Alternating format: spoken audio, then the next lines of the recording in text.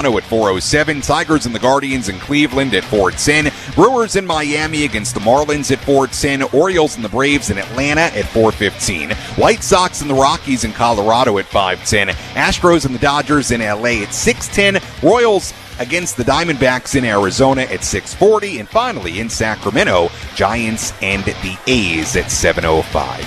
And that is a full look at the out-of-town scoreboard on this Friday, July 4th. Well, Trenton Brooks, the kid who grew up in Alpine and certainly has a lot of ties to the San Diego area. He's back in the lineup today for the Padres, DHing and batting eighth. He's done a nice job so far for the Padres off the bench, and when he's been in the starting lineup, hit some balls really hard in Philadelphia. Didn't have a whole lot to show for it. I caught up with Trenton Brooks inside the Padres clubhouse earlier today. Trenton, happy 4th of July. Growing up in this area, what are your memories of Independence Day here in San Diego? Yeah, happy 4th of July. 4th of July is a big deal. Going to the beach as a kid, it's super crowded, fun time. Obviously, time to spend with family. It was great. Are you a big hot dog guy, hamburger guy? What do you like to eat, put on the grill 4th of July? Hamburgers. Okay. Throw a little, some hot dogs out there, maybe a steak. Who knows? Just depends. All right, to baseball. Obviously, now you've had a couple of weeks here with the Padres. You're getting some fairly regular playing time. How do you feel about the way it's gone so far? Yeah, just trying to take it one bat at a time. Some bad ones in there, some good ones in there. Just trying to be, embrace the role.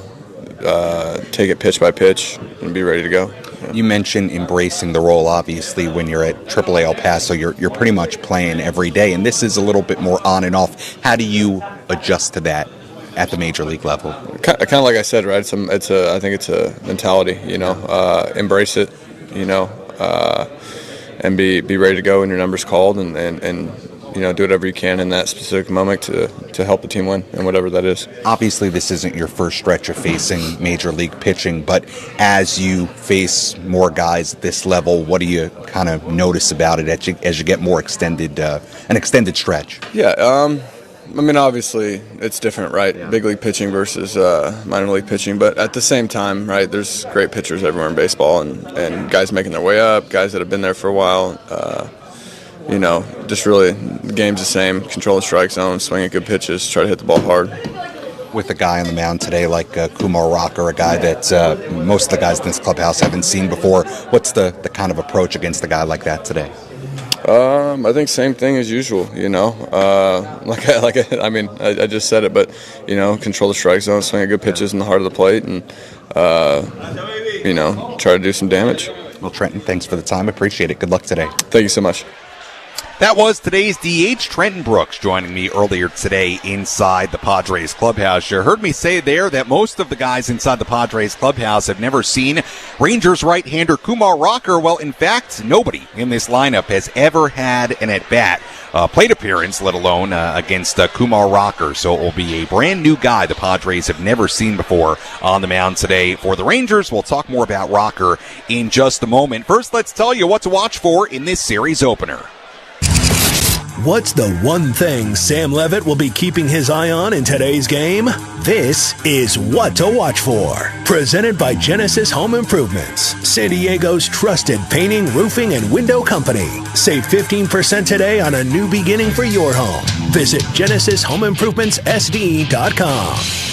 What to watch for in today's game. Does Jackson Merrill continue to show a little bit more discipline, or maybe the better word is patience at the plate? Merrill walked a career-high 3 times in Wednesday's first game of the doubleheader. He's now walked 13 times in 64 plate appearances since June 9th. Keep in mind, he walked only 8 times in his first 164 plate appearances this season through June 8th. We know that Jackson's a guy who likes the swing, and since June 9th, if you look at some of the numbers, he's cut down just slightly on his swing rate on the first pitch, but he's trimmed down his chase rate on the first pitch as well.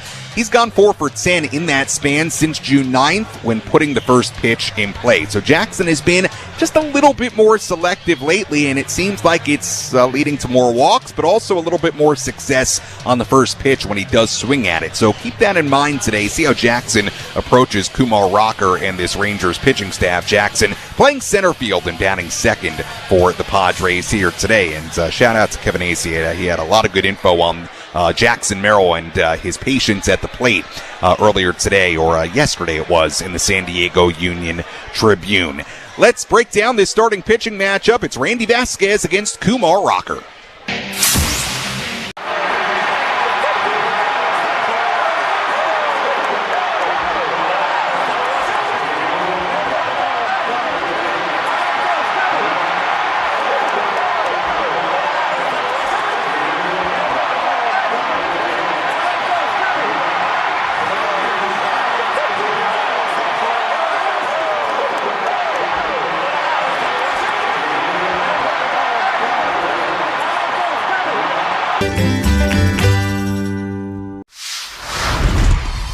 What is it that kind of got you hooked as a foodie, so to speak? My dad was really into food when I was a kid. He traveled for work and he would go to places all over Europe and stuff. He was in sales, and I feel like he would come home and try and cook the things he ate overseas. And so as a kid, I was exposed to a lot of like stuff that kids aren't usually exposed to. And so I credit my dad for that. Vasquez.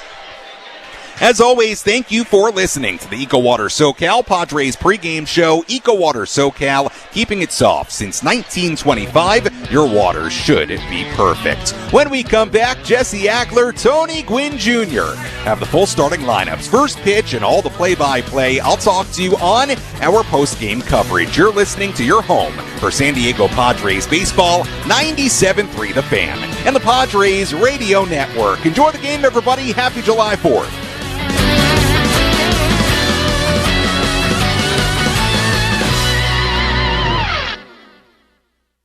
Sid's Carpet Barn, come on down, come on down. Kohl's Fine Flooring has closed, and Sid's Carpet Barn stands alone as San Diego's flooring leader. Explore a huge selection of premium high-end flooring choices, along with quality budget-friendly options too. Visit Sid's or sidscarpet.com. Hey, it's Ben from Ben & Woods. If you're looking for something new to sip this summer, Better Buzz Coffee is coming in hot with their Summer Flings menu full of tropical twists. The coconut best drink ever, smooth, sweet, and topped with coconut cold cream and toasted coconut flakes. Plus, there's the coconut matcha, tropical buzz energy, blue crush acai bowl, and my favorite, the OG Deluxe acai bowl stacked with all the good stuff to keep you cool this summer. Try them all for a limited.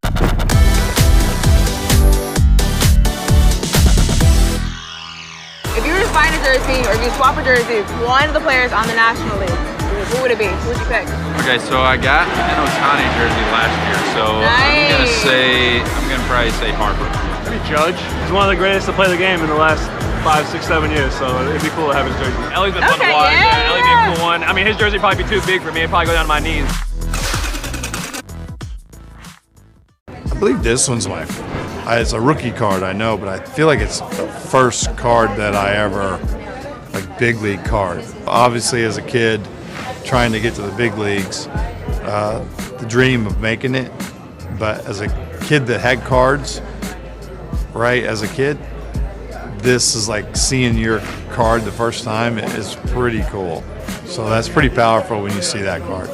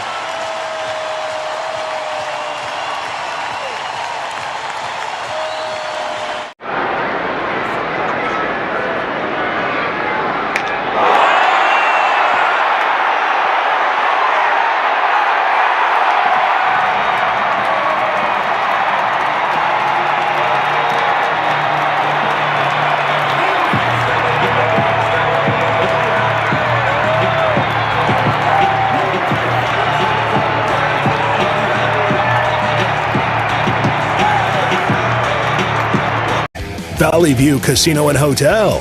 Bill Howe Plumbing, Heating and Air, Jensen Meat Company, Fraser Farms Market, Trust and Will, Bada Fulkerson Law Group, San Diego County Toyota Dealers Association, Bulkhead Energy Drinks, Kaiser Permanente, and by The Grilling Store at Hillcrest Ace Hardware. Now, let's take you up to the broadcast booth. Ground ball to Machado. He hits third, that's one. Goes to second in time. On to first. A triple play! Here's Jesse Agler and Tony Gwynn Jr. Petco Park, downtown San Diego, and Independence Day 2025 as the Padres open up a 10-game homestand that will take them into the All-Star break. Here today, Game 1 of a 3-game weekend series between the Pods and the visiting Texas Rangers. On the mound for San Diego, it'll be right-hander Randy Vasquez, and opposing him, the young righty out of Vanderbilt University, Kumar Rocker. Hi again, everybody, alongside Tony Gwynn Jr. and our producer-engineer Dave Marcus. I'm Jesse Agler. So very glad to have you with us. Happy Independence Day to all, and a little blue sky baseball to kick off the holiday weekend. Couple of teams, Tony, who were probably looking at one another and saying, that looks familiar. It's almost like the Spider-Man meme, right? They're both pointing at each other. A lot of the similarities between these two teams in terms of expectation and in terms of how they have played here in the recent stretch of baseball. And so for the Padres, it's pretty simple. You got a 10-game homestand before the break. How good of baseball can you play going into that break? Because it can certainly springboard you into the second half of the season as you start to make the push as we get towards the end. Yeah, I wouldn't say make or break for these 10 games, but they do feel significant. It's a great opportunity. No, there's no doubt about it. I mean, it hasn't been often at all, actually, this first half of the season where the Padres have had a sustained time at home. Here's your opportunity. Certainly doesn't mean you're going to have some easy teams to deal with. The Rangers are playing better here. You got the Phillies at the end of this road trip as well. Diamondbacks in between. And so Padres will have to figure out. But this is a good opportunity that's presented to them. Not a must-have, but certainly does have an important feel to it. No doubt about it. All right, Randy Vasquez on the mound. We'll certainly get into him as the afternoon sort of wears on. But in his last start on Saturday in Cincinnati, it wasn't the walks. It was the hits, and the Reds kind of singled him to death. It really was command of the ball in the zone. And a lot of his mistakes were in the middle of the plate, or they are up, where even if a guy hit it off the end of the bat or got jammed, it gave him an opportunity to find outfield grass. And so that's what Vasquez is going to look to really try to turn in a different direction. You're right. It wasn't the walks. It was his command in the zone. Can it be better here today against the Rangers? 25-year-old Kumar Rocker on the other side for the Rangers. He's kind of had a stop-start sort of season here. Came back last season from Tommy John. Finally made his Major League debut late last season. He's been up and down a little bit this year. We'll get into much more about Kumar Rocker as the day rolls along. It is an absolutely beautiful, picture-perfect 4th of July here at Petco Park, and we appreciate you being with us. Whether you're at the beach, the pool, grilling out, whatever it is, great day of baseball ahead. When we return, Tony's got the starting lineups for you. First of 3 against the Rangers, straight ahead.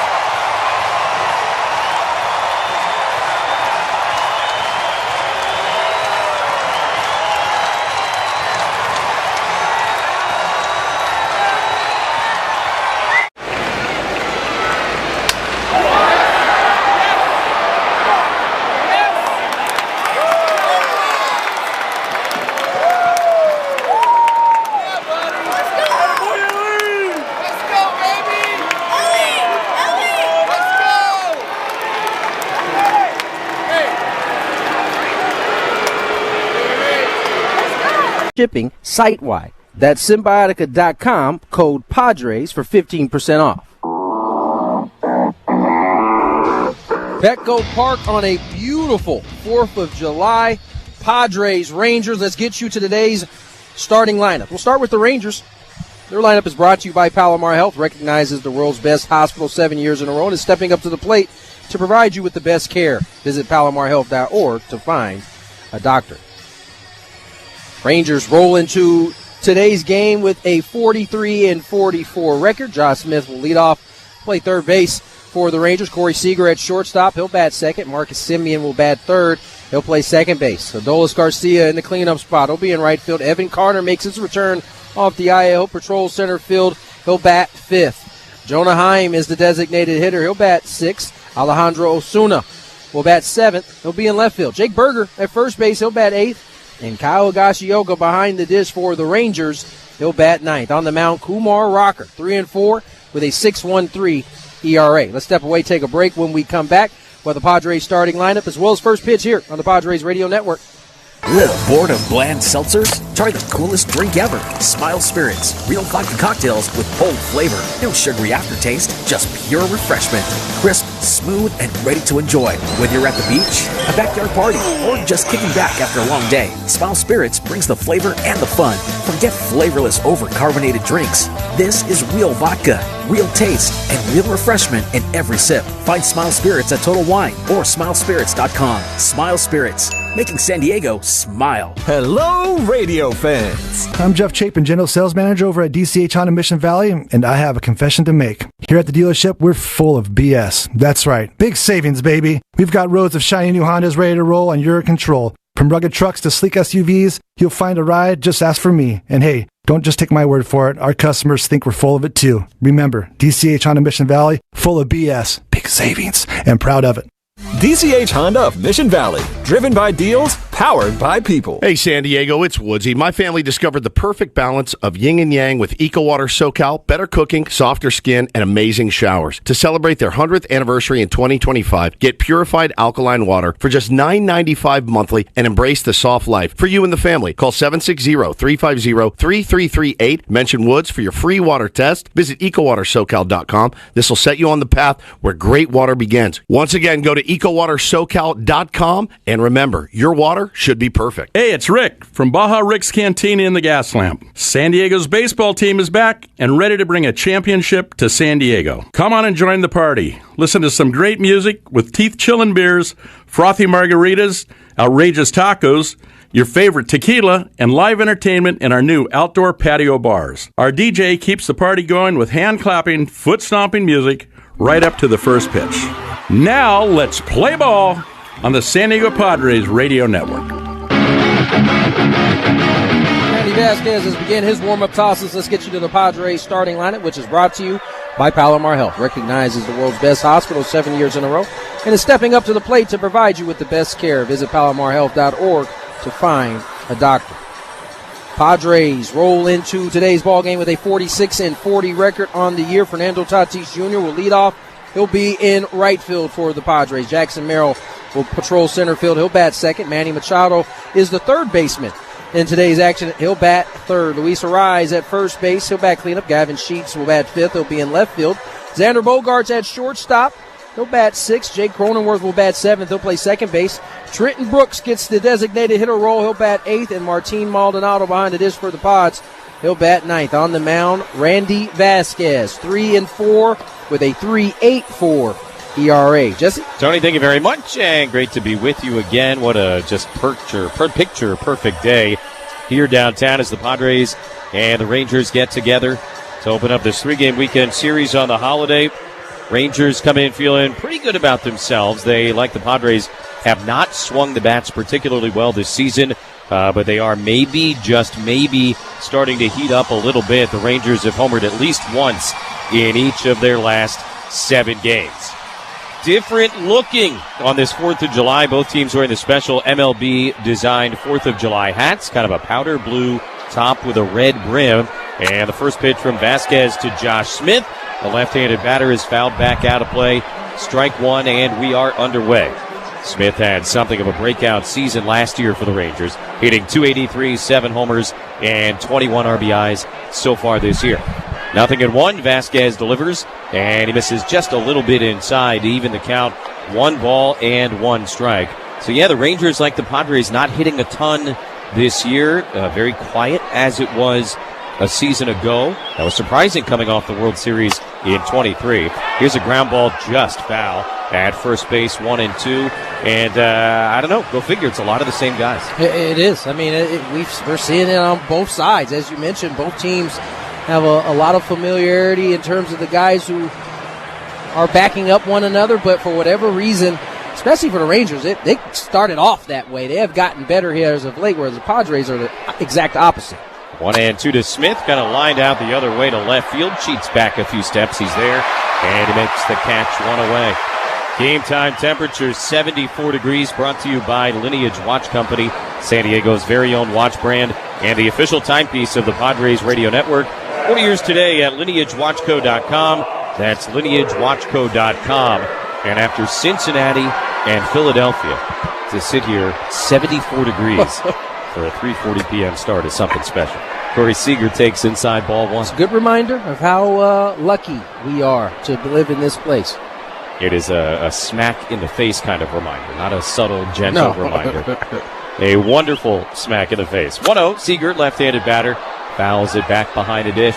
And now 1 ball and 1 strike to the Rangers shortstop. Seager hit his 11th homer of the season in their win over the Orioles on Wednesday. They were off yesterday, as were the Padres, although most of the Padres were not really off. Pitch is up and away, 2 balls and a strike last night here at the ballpark. The annual Dinner on the Diamond fundraiser for the Padres Foundation, raising money for just some tremendous places in our community. And almost the entire roster was here. Seager rips one on a line to right center, but Fernando closes the gap quickly, gets there to make the catch. And 2 down in the top of the first. And pretty cool for these guys to give up an off night at home, so rare, so valuable, in order to raise money for this community. Yeah, especially given since most of them didn't lay their heads on their pillows till around 3 a.m. have to turn around the next day. But I think they all understood it was for an unbelievable cause, and it's a well put together event once again. Yeah, a lot of fun. 2 outs, nobody aboard. Marcus Simeon, the batter, swings to the first pitch, rolls one right to Machado at third base. Manny's got it. And the throw to first in time, Randy Vasquez, and easy breezy. 1-2-3, top of the first inning. No score. Padres coming up against Kumar Rocker on the Padres.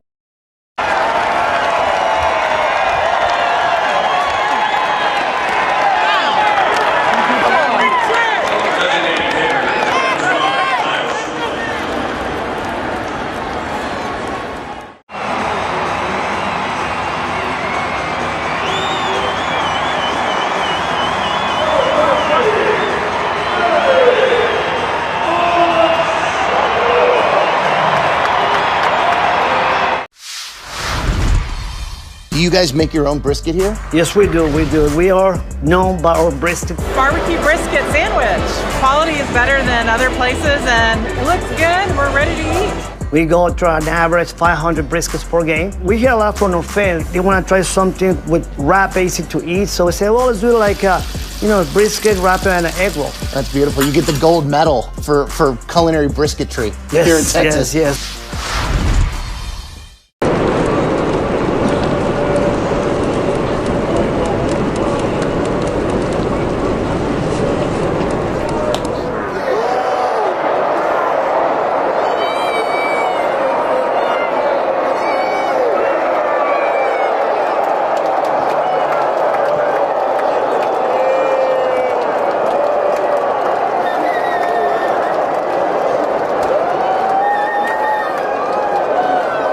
Plan yet? Don't wait. Go to trustandwill.com and use promo code BASEBALL for 20% off and free document delivery. Trust and Will is the official score update sponsor for all San Diego Odyssey stations and the Padres Radio Network. We're your home team for estate planning.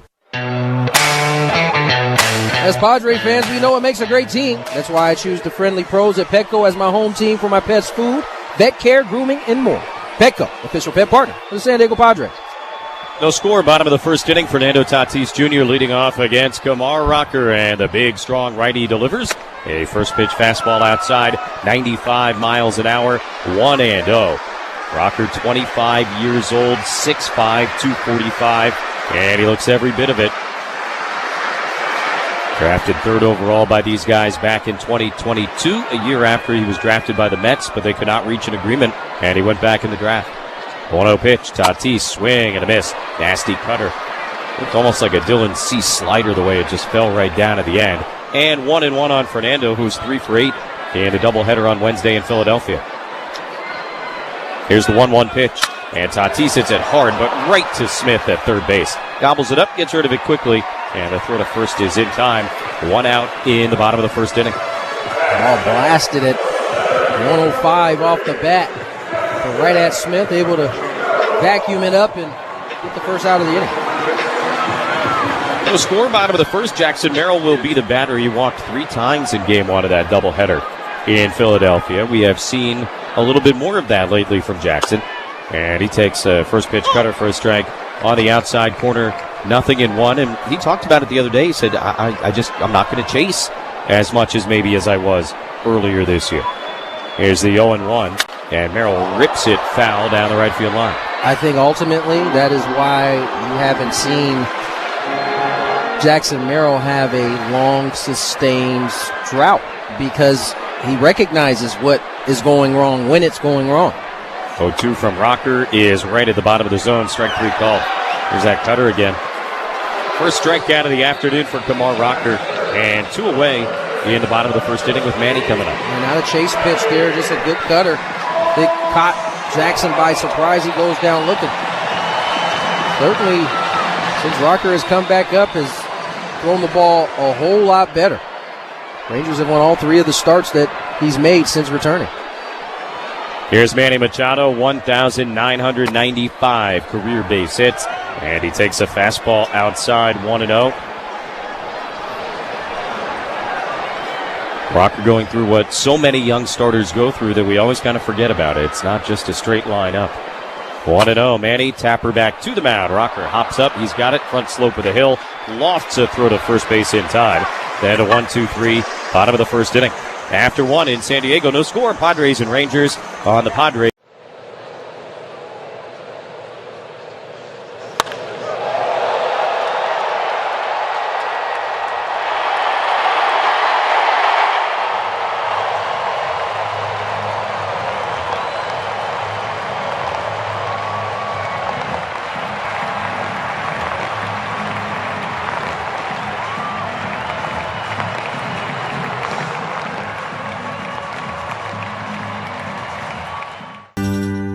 For your home. Hey, baseball fans. This is Kathy Manella from Manella Law Group. Are you going through a divorce? Don't strike out by not having representation. Give my team a call. We've been hitting home runs for over a decade. Visit us at manellalawgroup.com. That's MINELLA.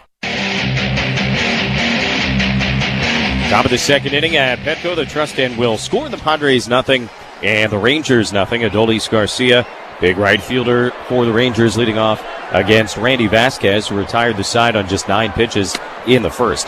And a first pitch fastball for a strike. 0-1. Mention the Rangers' struggles. They come in 43 and 44, 4th place in the American League West. And they're one of those teams that'll get very interesting as we get closer to the trade deadline. 1 ball, 1 strike as Vasquez misses outside. And Adolis Garcia is a name that sort of seems to already be trickling out into the universe in terms of the trade deadline. 1-1 pitch hit hard in the air, foul the other way, and it's 1-2. It's that time of the year. Yeah. I mean, as we get closer and closer to the break, more and more names and rumors will start to percolate. Adolis is certainly going to be a name that people are asking about. 1-2. Garcia takes a little bit off the plate outside. 2-2 now. And look, they might have a great 10-game trip here to go into the All-Star break. That might catapult them forward coming out of the break, and then all of a sudden the Rangers are not in a position to try and move guys. I can tell you, knowing a little bit about the head of baseball operations for the Rangers, he's not the type that is just going to pack it in very easily. It's going to have to be something that is just completely obvious. There's, of course, former Padre Chris Young. Ball low, 3-2 to Adolis Garcia. Evan Carter on deck.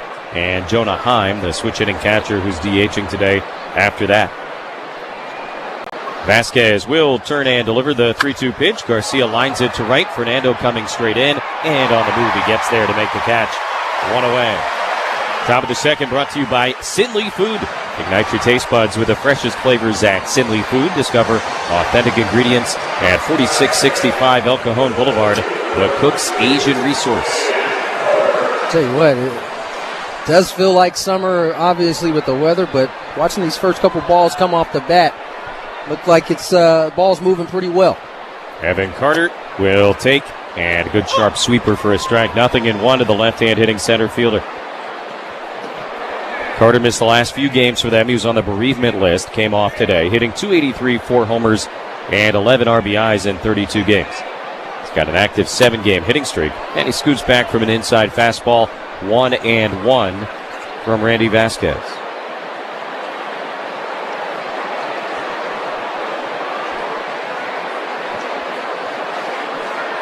Here's the pitch, and on 1-1 he takes low, 2 balls and a strike. Carter last year, just 45 games for these guys, did not play after May 28th thanks to a low back issue, so trying to get himself on track here in 2025. Here's the 2-1. Carter swings, lines it sharply into center field. Merrill coming on, but he'll have to play it on a hop. And a 1-out single in the top of the second inning for Evan Carter. Now an 8-game hitting streak, and the first base runner of the afternoon for either team. When you start looking up and down the lineup, there's quite a few guys that got a nice little hitting streak going. This is one of them. Vasquez misses middle, and it's a nice short stroke. Dumps it in front of Merrill in center. 1-out knock for Carter. Switch hitting Jonah Heim into the left-handed batter's box. Big catcher. 6'4", 225. Carter runs. Pitch is outside. And the throw from Maldonado off target and not in time. So a steal for Carter, his 9th in 10 tries. And the Rangers perhaps trying to kickstart their offense a little bit here today. Put a guy in scoring position with 1 out in the top of the second. Picks up his 9th bag of the year, and Maldonado really didn't have much of a chance. Vasquez pretty slow to the plate on that, and Carter took advantage. I'm waiting on the 1-0 pitch. Vasquez a look at second base, and he delivers. And Heim rips it foul down the right field side. 1 ball and 1 strike. Heim hitting .227, 8 homers, 23 runs batted in. 30-year-old from Western New York had a huge year when they won the World Series in 2023. He was an All-Star and a Gold Glover that season. Batting with a man at second base, 1 out, top of the second inning, no score. Carter dancing, the pitch comes home, and Heim fouls it back out of play, 1-2. Padres are in the camo tops on this 4th of July. Rangers in their blue tops with the gray pants. Mention both teams in the 4th of July hats. And powder blue. Padres have a red brim. The Rangers have a blue brim. And the logos on the front of the caps have kind of a sublimated American flag design. Don't get to say sublimated very often. No, you don't. 1-2. And Heim takes in the dirt. 2 balls, 2 strikes. Rangers come to town, of course, with Bruce Bochy as the manager. You mentioned Chris Young, the head of baseball operations, Mike Maddox, the pitching coach, and the newest addition to their coaching staff, Brett Boone, the hitting coach. A lot of Padres/San Diego flavor over in the visiting dugout today. 2-2. Heim reaches forward, grounds it right to Cronenworth at second base. Jake's got it on the edge of the infield dirt, and the short throw to first is in time. 2 down. Carter advances to third base, and it'll be left up to the left-handed hitting Alejandro Osuna against Randy Vasquez. Saw a little bit of Osuna during spring training. He was very impressive swinging the bat. Comes into today's game hitting .193. Vasquez will have to retire him in order to finish this inning. 22-year-old from Sinaloa, and he'll take right down the middle for a strike, 0-1. Mention both teams in the special 4th of July hats, so are the umpires. Alex McKay behind the dish, crew chief Alan Porter at first, Jim Wolf at second, and Chris Siegel, the third base umpire. 0-1 pitch is in the dirt, and now 1 ball and 1 strike to Osuna.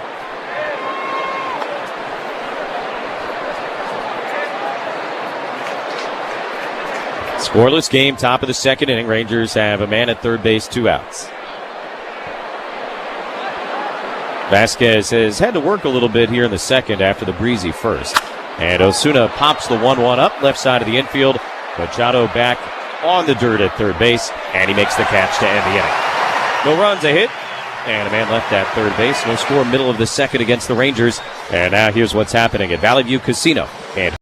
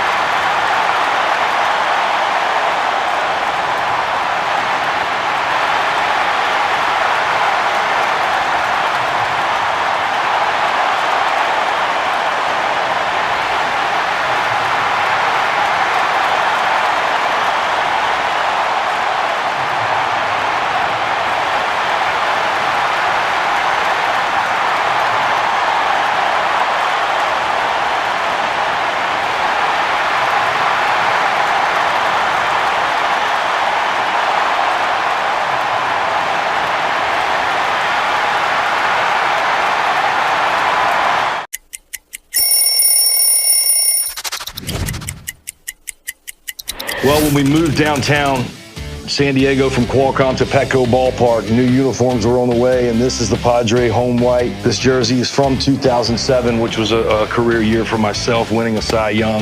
There's some different memories that stand out. One in this uniform against the Braves, where I struck out a Padre record 16, wearing this jersey, trying to make the Padre and the Friar faithful proud.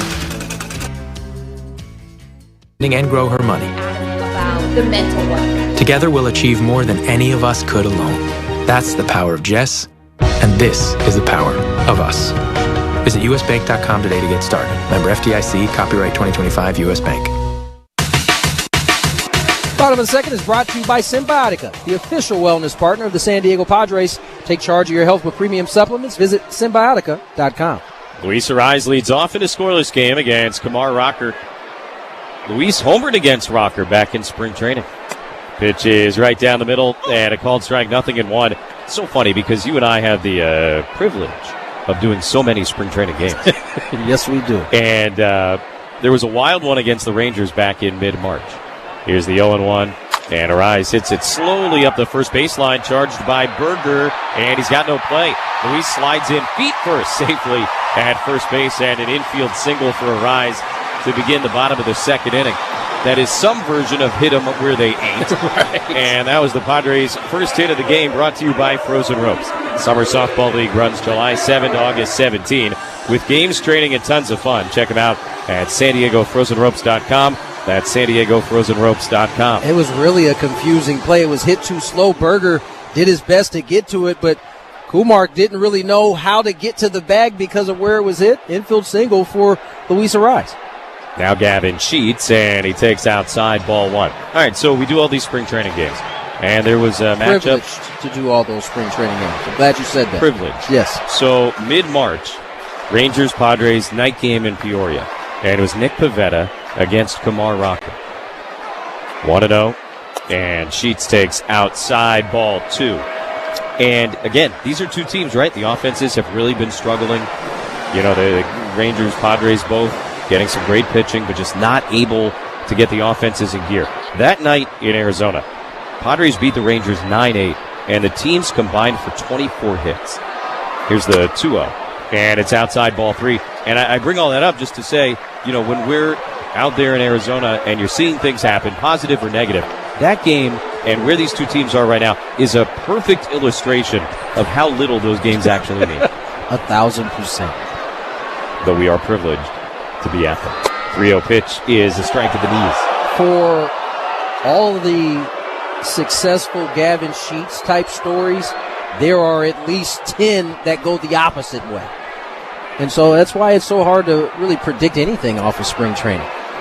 Now it's what we got. It's kind of what you have to do sometimes. But yeah, that was not a sign of things to come. 3-1, Sheets swings, hits it in the air to center field, straight away and deep. Carter back, twists around on the warning track. Will reach up and make the catch for the first out of the inning. Gavin gave it a ride, but Carter tracks it down. One away. Arise back to first base. And we'll pause 10 seconds for station identification on the Padres Radio Network. KWFN-FM and KWFN HD1 San Diego. Hey, this is Mike Schill. You're listening to Padres Baseball on Padres Radio Network. An Odyssey Sports Station. With Tony Gwynn Jr. and our producer-engineer Dave Marcus, I'm Jesse Agler. Happy Independence Day. Scoreless game, bottom of the second inning.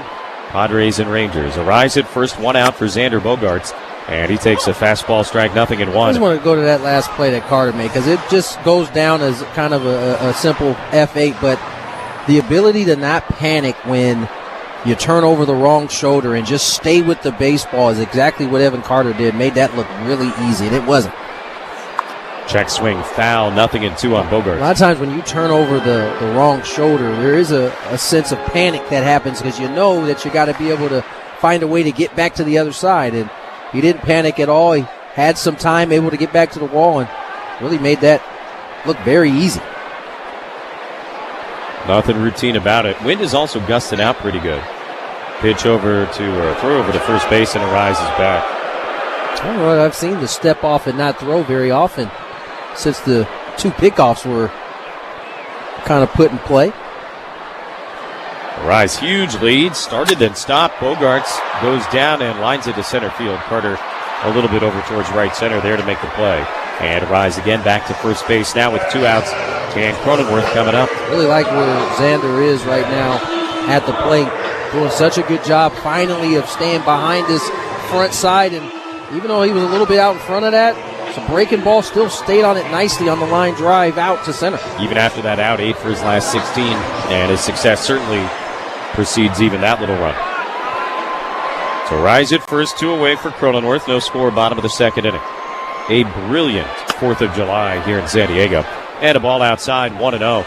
Stat of the day brought to you by Culligan Water of San Diego, providing advanced water treatment solutions, including softeners, filters, and bottled water, ensuring cleaner, safer, and great tasting water for homes and businesses since 1936.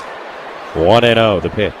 And Cronenworth swings, fouls it away left side. Stat of the day, you go back to 2020. And, of course, these teams played a few times. Remember, the West was only playing the other Wests during that shortened COVID season. So if you go back to 2020, Padres against the Rangers, 12-1.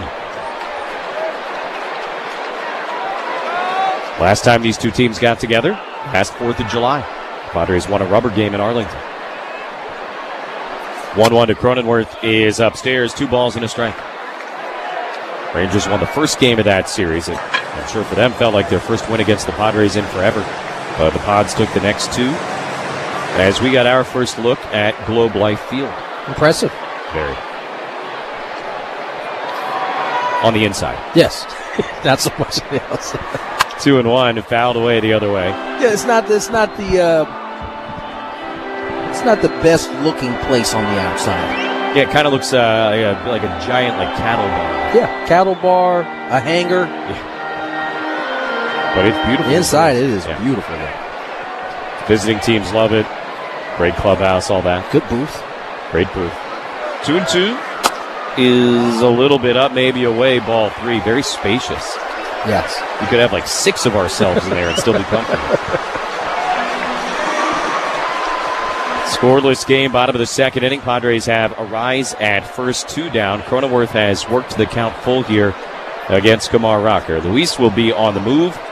And now the 3-2 pitch is hit in the air, foul. Had a play left side again. Smith came over from third base, but this one comes all the way down to the 9th row. Well out of his reach. So Jake continues to be in battle mode here against Kamar Rocker. Cronenworth hitting .232, 7 homers, 24 runs batted in. Jake was a big part of the success the Padres had against the Rangers back in 2020. Pitch here, grounded on a big hop out to the right side. Simeon charges, he's got it, and the short overhand throw to first base is in time to end the inning. No runs, a hit, and 1 man left on base. We've played 2, no score, Padres and Rangers. A lot of baseball fans have some familiarity with the T206 American Tobacco card set. Of course, features the famous Hannes Wagner card. What we have here are 3 cards from the lesser-known T205 set. which really was a successor to T206. T206 came out in 1909. These 3 cards, as part of the T205 set, came out in 1911.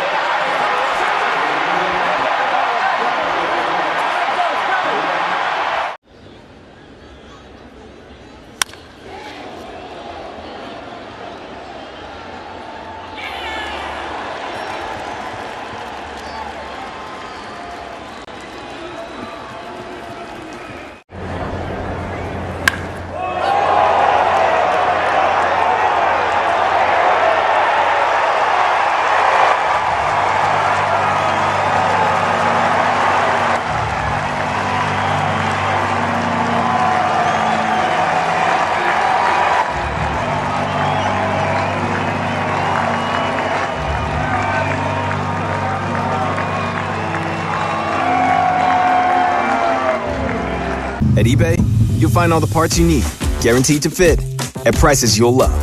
Sounds good, doesn't it? eBay, things people love. Eligible items only. Exclusions apply. Every game this year, Jesse and I will be answering questions from our lovely listeners. And if you have a question for us, go to 973thefansd.com/question to send one in, and we may answer it on the air. Again, that's 973thefansd.com/question. Top of the third, no score. Jake Berger leads off, swings at the first pitch, bounces it behind second base. Cronenworth, long throw to first just in time. And 1 pitch, 1 out for Randy Vasquez here in the top of the third inning. Berger came back from the minors just the other day. Fittingly, Berger in the lineup on 4th of July.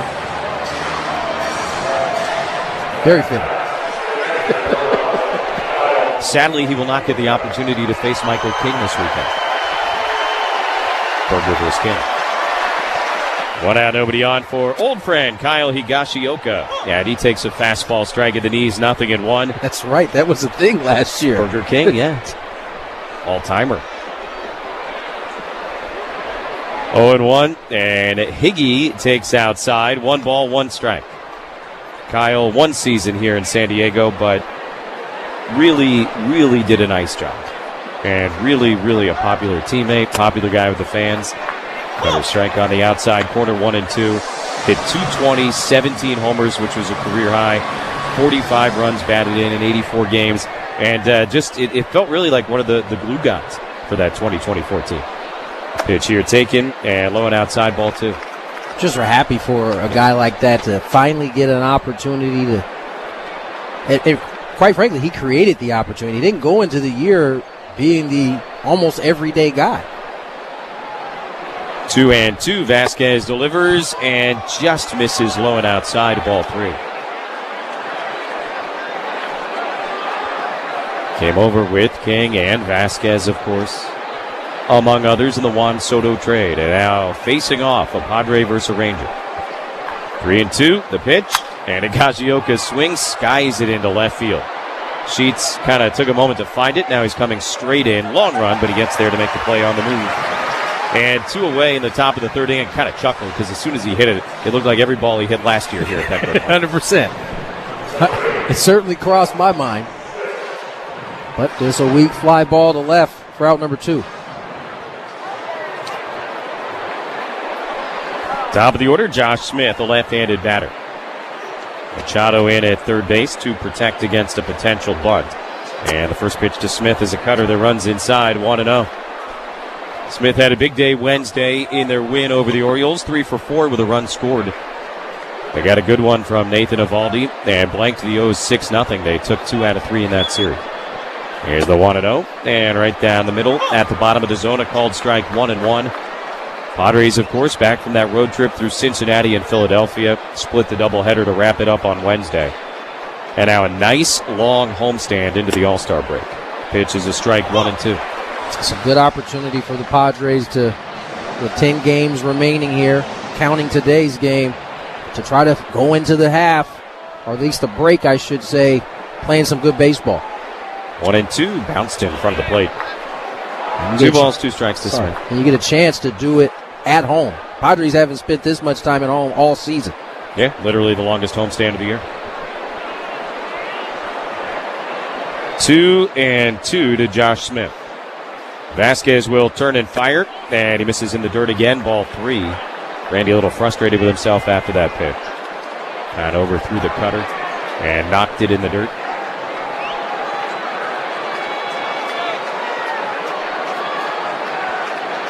Both heels against the pitcher's plate. Vasquez will turn and deal. And a line drive foul up the left field side. It is still 3 balls and 2 strikes to Josh Smith. Padres will have Brooks, Maldonado, and Tatis, 8-9-1 coming up in the bottom of the inning against Kumar Rocker. Scoreless in the 3rd inning. Here's the 3-2 again, and just down and in, ball 4. So that is the first walk of the day issued by Vasquez. A couple of borderline pitches in that plate appearance, but Alex McKay has had a tight zone all afternoon, fairly, and that will put a man aboard for the always dangerous Corey Seager. 2-out walk leads to a very dangerous hitter here in Corey Seager. First pitch to the left-handed batter, swung on, lined over the head of Cronenworth, and into right field, a base hit. Fernando will get to it and send it in as Smith easily goes first to third. So a 2-out walk, now a single, all of a sudden, couple of guys aboard, and another very dangerous hitter, Marcus Semien, coming up. Change up, Seager out in front, but one of the swings that in this league that stays in the zone a very long time, able to hit it off the end on a line. Smith goes first to third, and Rangers cooking here with 2 outs. Yeah, Seager's whole setup and swing, one of the more aesthetically pleasing ones. It really is. In baseball, it's a thing of beauty. Semien had a 3-run homer in that game Wednesday against the Orioles. As again, the Rangers look like maybe they're heating up offensively. Swings at the first pitch, lines it to right center. Long run, Tatis can't get there. Over his head, it'll go to the wall. Merrill backs it up. Smith has scored. Seager is on his way. Cronenworth's relay is not in time. A 2-run double for Marcus Semien and some 2-out trouble for Randy Vasquez as the Rangers take a 2-0 lead. So the 2-out walk comes back to really burn Randy Vasquez as this ball finds the gap. I don't think Toddy took the best route at it. He kind of took a direct line at it, and it forced him to have to be able to make a jumping catch. I think if he takes a little bit deeper route, he actually might be able to stay on his feet and make it on the run. Instead, it splits the alley. 2-run double with 2 outs for Marcus Semien. RBIs 41 and 42 already on the season for Semien as Garcia swings at the first pitch, stings it on a line to center. Merrill able to go back and get it. That'll end the inning, but the damage is done. 2-run double for Marcus Semien here in the top of the 3rd, and after 2.5, it's the Rangers 2. Well, this is a World Series card. Everybody said, what's it going to be to pitch against Sandy Koufax, who's a dominant pitcher. I said, I hope I don't embarrass myself. And I didn't. Pitched my first shutout ever. We won 6-0, and my parents were there. My mom was afraid of heights, so she was in the upper deck. She had to come down and trade seats with somebody so that she could actually watch her 20-year-old son pitch a shutout in the World Series.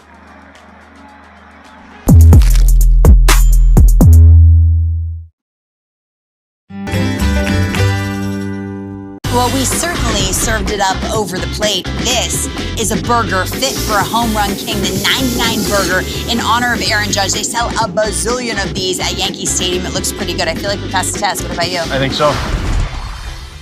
Injuries and other significant injuries caused by auto accidents and motorcycle accidents. If you ever know anyone that's in this situation, do not wait. Have them give us a call today, 619-333-5555. Our office is happy to meet with them at no charge to see if we can help. San Diego's favorite personal injury law firm, Bada Fulkerson.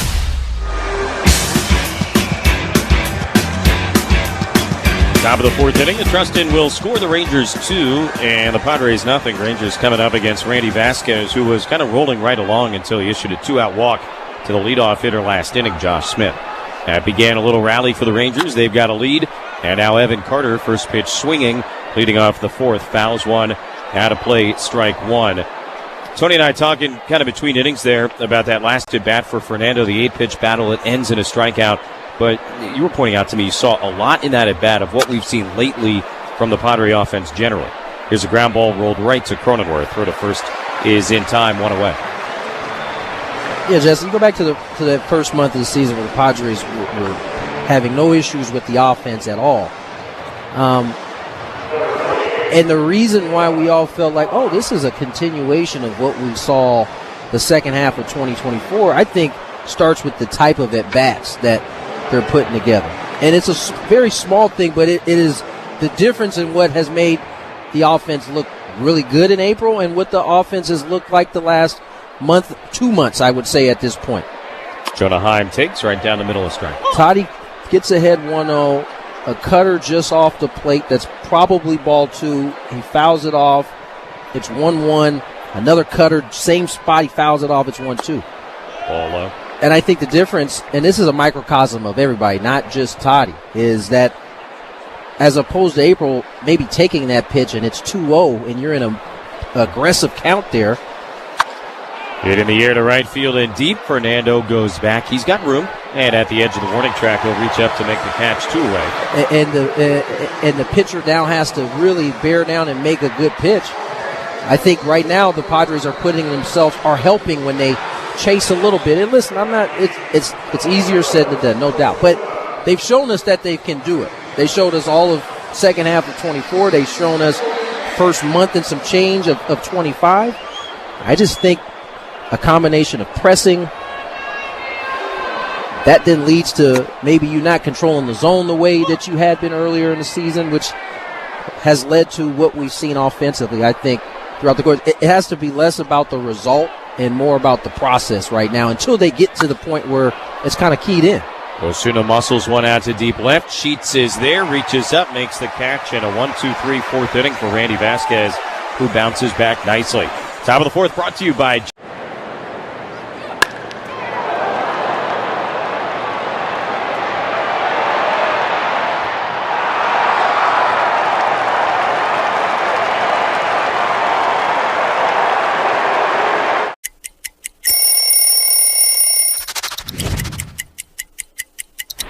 All right, so here's the Mets home jersey.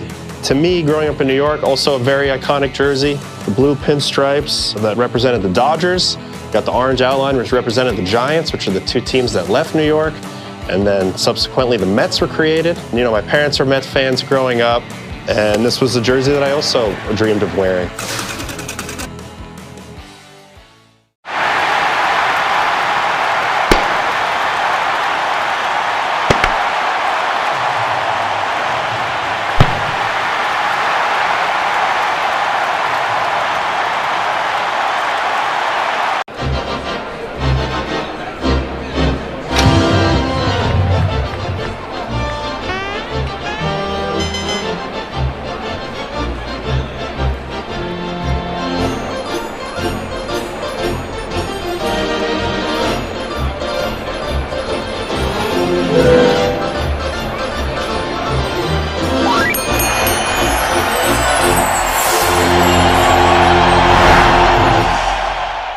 Palomar Health. Champions of healthcare, champions for you. Visit palomarhealth.org to find a doctor.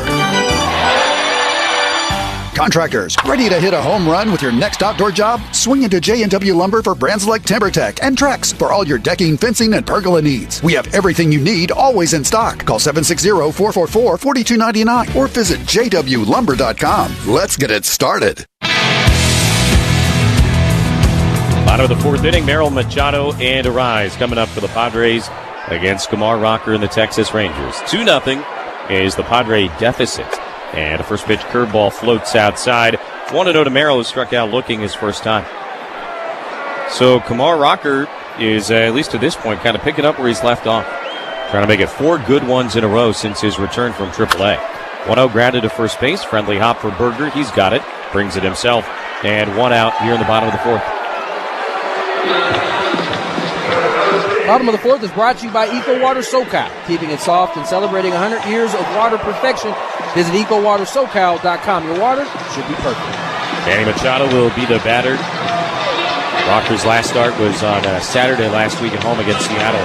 did not factor into the decision. It was a 10-inning game, but he went 6, allowed 2 runs on 4 hits, 1 walk, 6 strikeouts. Hard to ask much more than that. Also threw a career-high 97 pitches, and that's a pretty good marker, I would say, coming off the Tommy John from last year. Starting to feel like you can do that.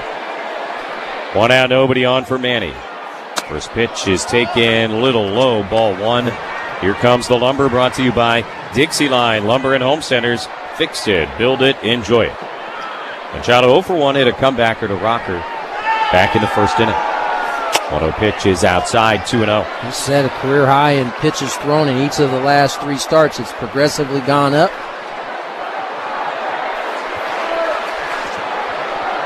It can be a long and windy road. It really can, even for the most talented guys. 2-0 pitch down the middle. Manny lets it go by. And now 2 balls and a strike. Talk about how big and strong Rocker is. 6'5", 245. His dad, Tracy, was a defensive tackle in the NFL, played at Auburn.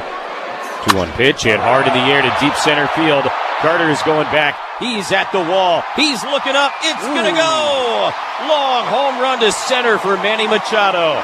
Up underneath the batter's eye, and career hit number 1,996 is his 14th home run of the season. Flex on him, Manny. This ball reaches the back wall in dead central. 440 feet for Machado, and a 2-1 game. 14th of the year, 51st RBI. This ball is launched. Did 1996, 4 away from 2000. That's something to smile about. Brought to you by Smile Spirits.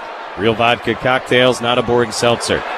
Here's Luis Ariz, 1 out, nobody on. He takes a curveball high. Try Smile Spirits bold flavor with no sugary aftertaste. Available at Crisp Beverages and Natural Foods downtown, or visit smilespirits.com. 1-0 to Ariz. Rocker's pitch is a fastball outside, 2-0. Prior to that Machado homer, Luis had the only Padre hit of the day to this point, an infield single leading off in the second inning. That went an awful long way. I mean, 440, you kind of lose it a little bit. 2-0 is inside ball 3, and in your mind, maybe you hear 440 and you go, oh yeah, that's long. But I mean, as Tony said, right, you got the batter's eye here and that kind of platform underneath the batter's eye, and that's where it landed. And you got the center field wall, a lot of space, and then another wall. 3-0 is a strike. Yeah, it landed up on top of that second one. You do not see a lot of balls go out there at Petco. 3-1 to Ariz. And it's up and away, ball 4. So Rocker perhaps a little bit skittish after giving up the 440-foot home run. Issues a walk to Luis Ariz. And the Padres have a 1-out base runner. Another guy who hit the ball an awful long way, Gavin Sheets. I've never seen it from Kumar Rocker's point of view, but I imagine seeing a ball come off the bat like that could make you a little skittish. 5-pitch walk to Ariz. That'll bring up Gavin Sheets. Sheets hit it pretty well to center his first time up. Not 440 feet well, but pretty well nonetheless. And Carter made a nice play on him. Rocker stepped off. You can run on him if Luis wants to. Not going. And the first pitch is low, ball 1. Teams have had a lot of success stealing bases with Kumar Rocker on the mound this year. And so that even if maybe you don't want to go, you know that he knows you can. And you can play those little mind games over there at first base, and Ariz has got a huge lead. 1-0 pitch, and Sheets takes low, ball 2. Sometimes that's all you need is just for the thought to be planted in a pitcher's head. And so Higashioka will go out and have a conversation with Rocker. Yeah, I mean, you hear guys talk about it all the time. Any attention you can force him to pay to something other than getting you out is something of a win. Padres trying to exploit that here now. Gavin Sheets 2-0, runner on first. Again, this is the counts you want to be in order to really have success. Go back to Manny's at bat. 2-0, 2-1, gets a pitch he can handle, and goes to work. Again, it seems like you're nitpicking, but when we're talking about staying in the zone, as we saw the Padres do the first month of this season so well, it just puts a lot of pressure on the pitcher to keep making pitches. Now to visit over, 2-0 to Sheets. A rise huge lead, not running. And the cutter backs up, hits the outside corner for a strike, 2-1. You know a team is not helping you at all. The pressure only becomes thicker on you to throw the ball exactly where you need to. When the pitchers start doing that, they start making mistakes. So a lot of it early on. 2-1 the pitch. And Sheets swings and misses. Chased a fastball way up and in. And now 2 balls, 2 strikes. So instead of 3-1, it goes to 2-2. It's a fastball that good old chocolate mousse right near the eyes. Looks so good but so bad for you. Count moves to 2-2. Rise held on by Berger. Continues to look runnerish. Rocker long pause. And the pitch to Sheets, hit in the air to right field. Kind of served it off the end of the bat. Garcia over towards the line to make the catch. Second out of the inning. A rise back to first base. And we left up to Xander Bogaerts. 2-1 is the Ranger lead. Here at the bottom of the 4th inning, Padres on the board thanks to Machado's home run. 14th of the year, 51st RBI of the season, and career run batted in 1,100 for Manny Machado. All of his numbers getting quite long. That's what happens when you're this consistent and you have played the game this long. Start to stack up. For the first, and Rise back with a head first down.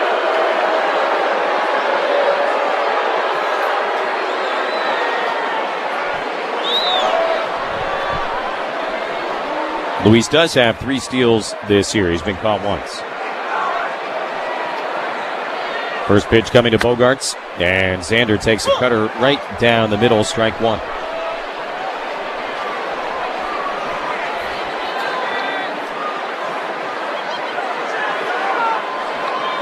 Manny's birthday will be on Sunday.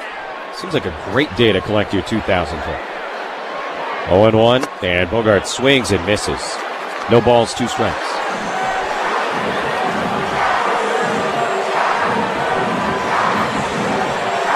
Machado going to be 33 years old.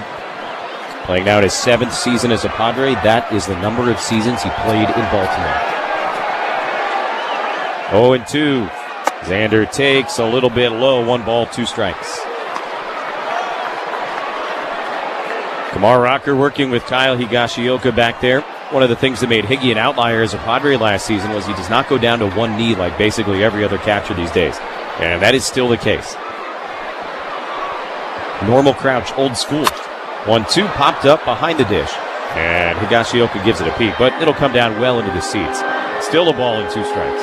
It's funny how something that was so normal for 100 years looks so abnormal now. It does. It really does. You're starting to see guys have questions about the new technique, and certainly it seems like most of the league has settled on the one leg down, but there's still some guys who like Higashioka, who like to go the traditional way. 1-2 again, and Xander takes on the inside corner of the knees. Strike 3 call. Very low, well-located sinker, and that is the end of the inning, but the Padres on the board thanks to the long home run by Manny Machado. We go to the 5th inning. Now the Rangers 2 and the Padres 1 on the Padres Radio Network. Tony Gwynn Jr. here. The baseball season is upon us, which means long days and restless nights. So I spoke to my friends at Symbiotico, who recommended I take their best-selling magnesium.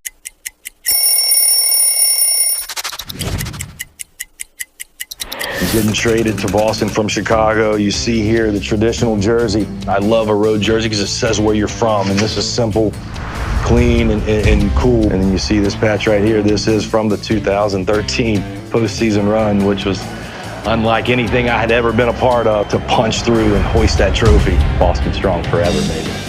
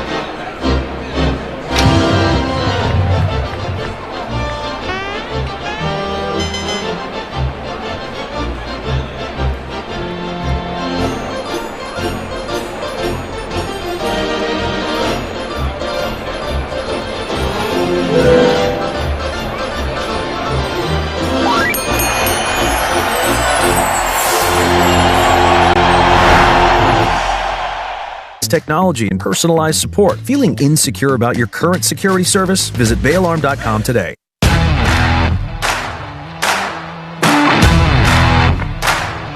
Top of the fifth inning, Rangers 2 and the Padres 1. Randy Vasquez delivers on the inside corner at the knees. Strike one to Jake Berger. Kaya Higashioka next for Texas, then top of the order, Josh Smith. 8-9-1. Berger did not like that call, so much so that he felt the need to use his timeout to kind of reset the mechanism. 0-1 from Vasquez, who got Berger to ground out his first AB, and a liner foul the other way, 0-2. Today's question of the day brought to you by Kaiser Permanente. If you have questions about your health, visit kp.org/San Diego. Kaiser Permanente, for all that is you. Question from New Jersey. 0-2 to Berger is outside. 1 ball, 2 strikes from Margie in Brooklawn, New Jersey.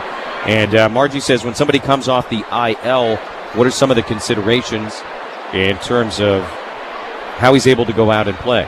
Is he ever limited? Pitch outside 2-2. Do they try and slow him down? Do they just say, all right, go and play? What's it go? I think it depends on the injury.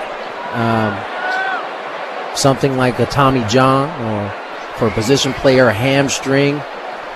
2-2 grounded off the foot. I'll start with the Tommy John. That's something that's going to be, you're gonna have a limit of how many pitches you're probably going to be able to throw. Certainly the stress of those pitches will be taken into account. For a position player, I think it's changed a lot for position players, especially with some of the soft tissue injuries. You don't see teams risk it as much having a guy out there if he's not close to 100%. And when I say close, I'm talking 90. There's certainly times back in the day guys would be out there 60, 70%. 2-2 is popped up right side of the infield. Arise, using his bare hand to shield his eyes from the sun, will make the two-handed catch on the back of the dirt for the first out of the inning. And so, in those cases, certainly those type of guys won't come back or come off the IL until they're ready to perform everything. Take you back to Kirk Gibson hitting that homer, and that where he could barely walk, but he was on that roster because he could do one thing, and that was swing a bat. Dave's on TV. Pitch to Higashioka is a fastball, strike nothing in 1. Rangers ahead 2-1 here in the top of the fifth inning. Dave is on TV. You gonna fix your hair? Do your chapstick? What are you gonna do? Need your chapstick, man. Yeah, get your chapstick out. Give the people what they want. Fastball, strike 0-2. Dig it out. You know the cue. Here it is. Here he goes.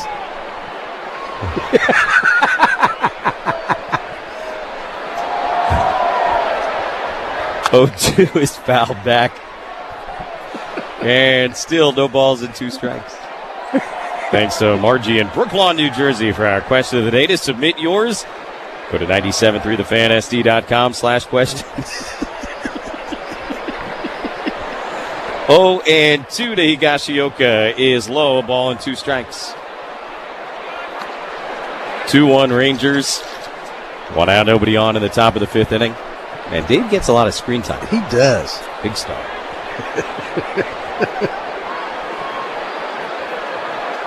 1-2, and Higashioka takes right at the knees, strike 3 called. Well done by Randy Vasquez.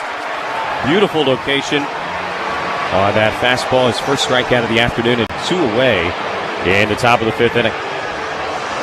Right at the bottom of the zone. That's McKay with the delayed signal, but I'm sure he is mouthing the strike call before he actually pulls the trigger.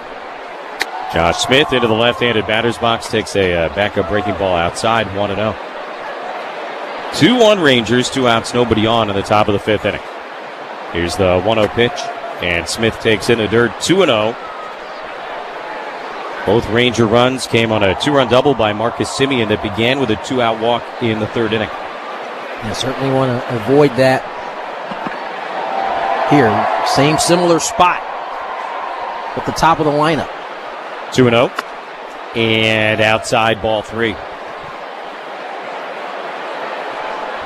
So Smith began all that trouble in the third inning for Vasquez. See how it goes here on 3-0. And he takes almost right down the middle for a called strike, 3-1. That's a similar exact spot. Smith was the one who got the 2-out walk in the third. And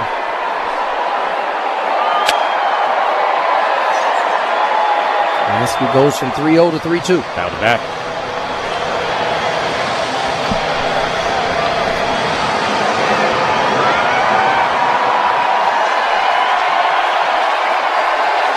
Here's the 3-2. Smith swings and fouls it back out of play.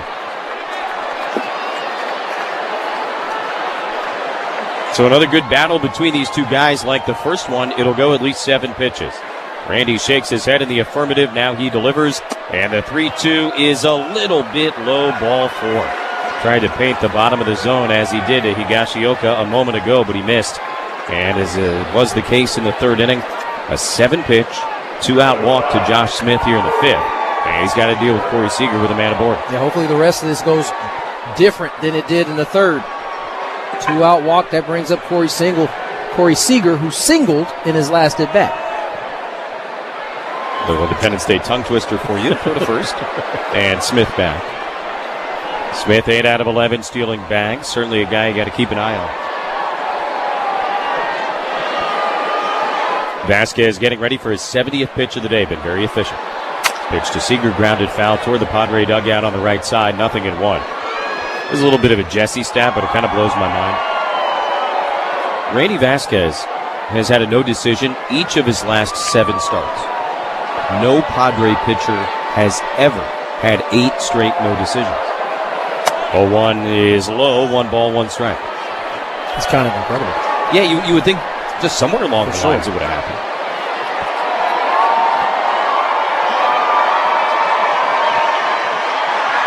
Runner on first, 2 outs, 2-1 Rangers in the 5th inning.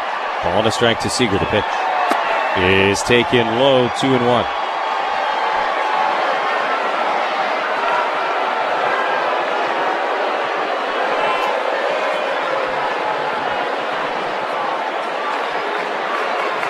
Vasquez deals, and that one kicks away from Maldonado. Smith will advance to second base. Looks like a wild pitch. And now 3-1 on Seager with Simeon, who had the 2-run double waiting on deck. It's a changeup. Rinaldi doesn't do a good enough job of blocking it. Tried to backhand it. Got away. Smith moves up 90 feet.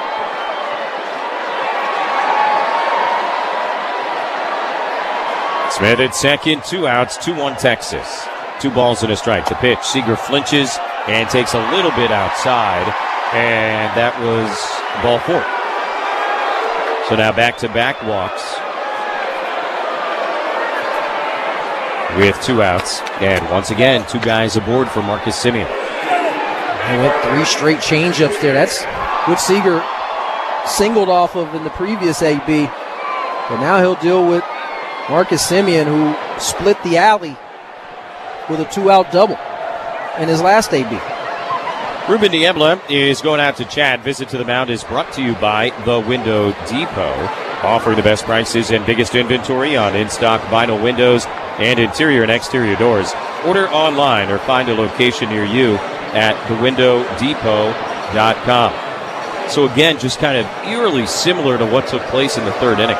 And for Randy Vasquez today, that's really the only pocket of trouble he's had at all. Been in complete control outside of these 2 moments. It's really been these 3 guys that have been the issue for Vasquez so far. Have a chance to change that here against Marcus Simeon. Feels like a very good illustration of how for a younger, less experienced starter, things can be so kind of precarious. Yes, for sure. I mean, as you said, just kind of cruising through. All of a sudden, gets to this top part of this lineup. Second time through, it was a little bit of trouble. Third time through, kind of facing some similar troubles. But he has a chance to get out of it unscathed. First and second, 2 down. Mound visit is over, and the pitch to Simeon is outside, 1-0. Randy's issues with walks are well-worn territory at this point. You've heard us talk about it all season. Certainly been better as of late, generally speaking. But he paid for his first walk in the third inning, and now back-to-back walks here in the 5th. Rangers trying to add to their 1-run lead. Here's the 1-0 pitch. And a ground ball foul to Garcia in the on-deck area. He snagged it with his bare hand. And a ball and a strike to count on Simeon, who's now hit in 9 straight.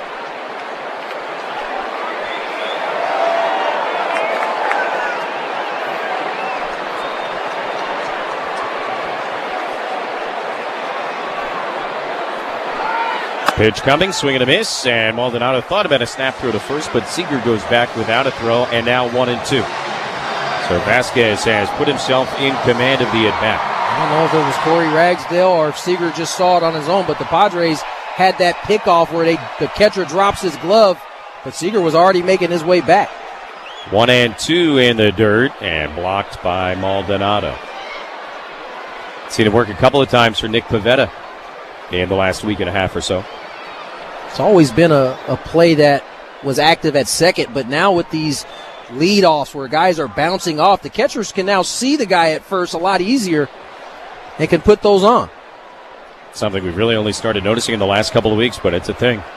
2-2. The pitch to Simeon is ripped on a line to left, but pretty much right at Gavin Sheets. He makes the catch. The inning is over, and Vasquez strands both walks on base. Middle.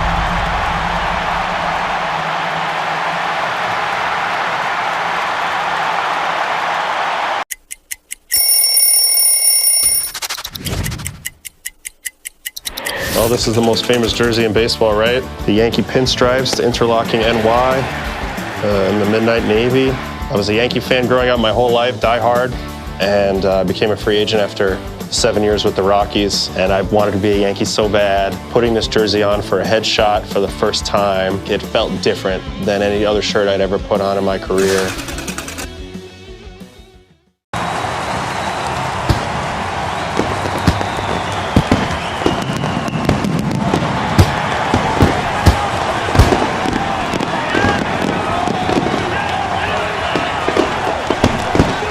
Local Honda dealer today.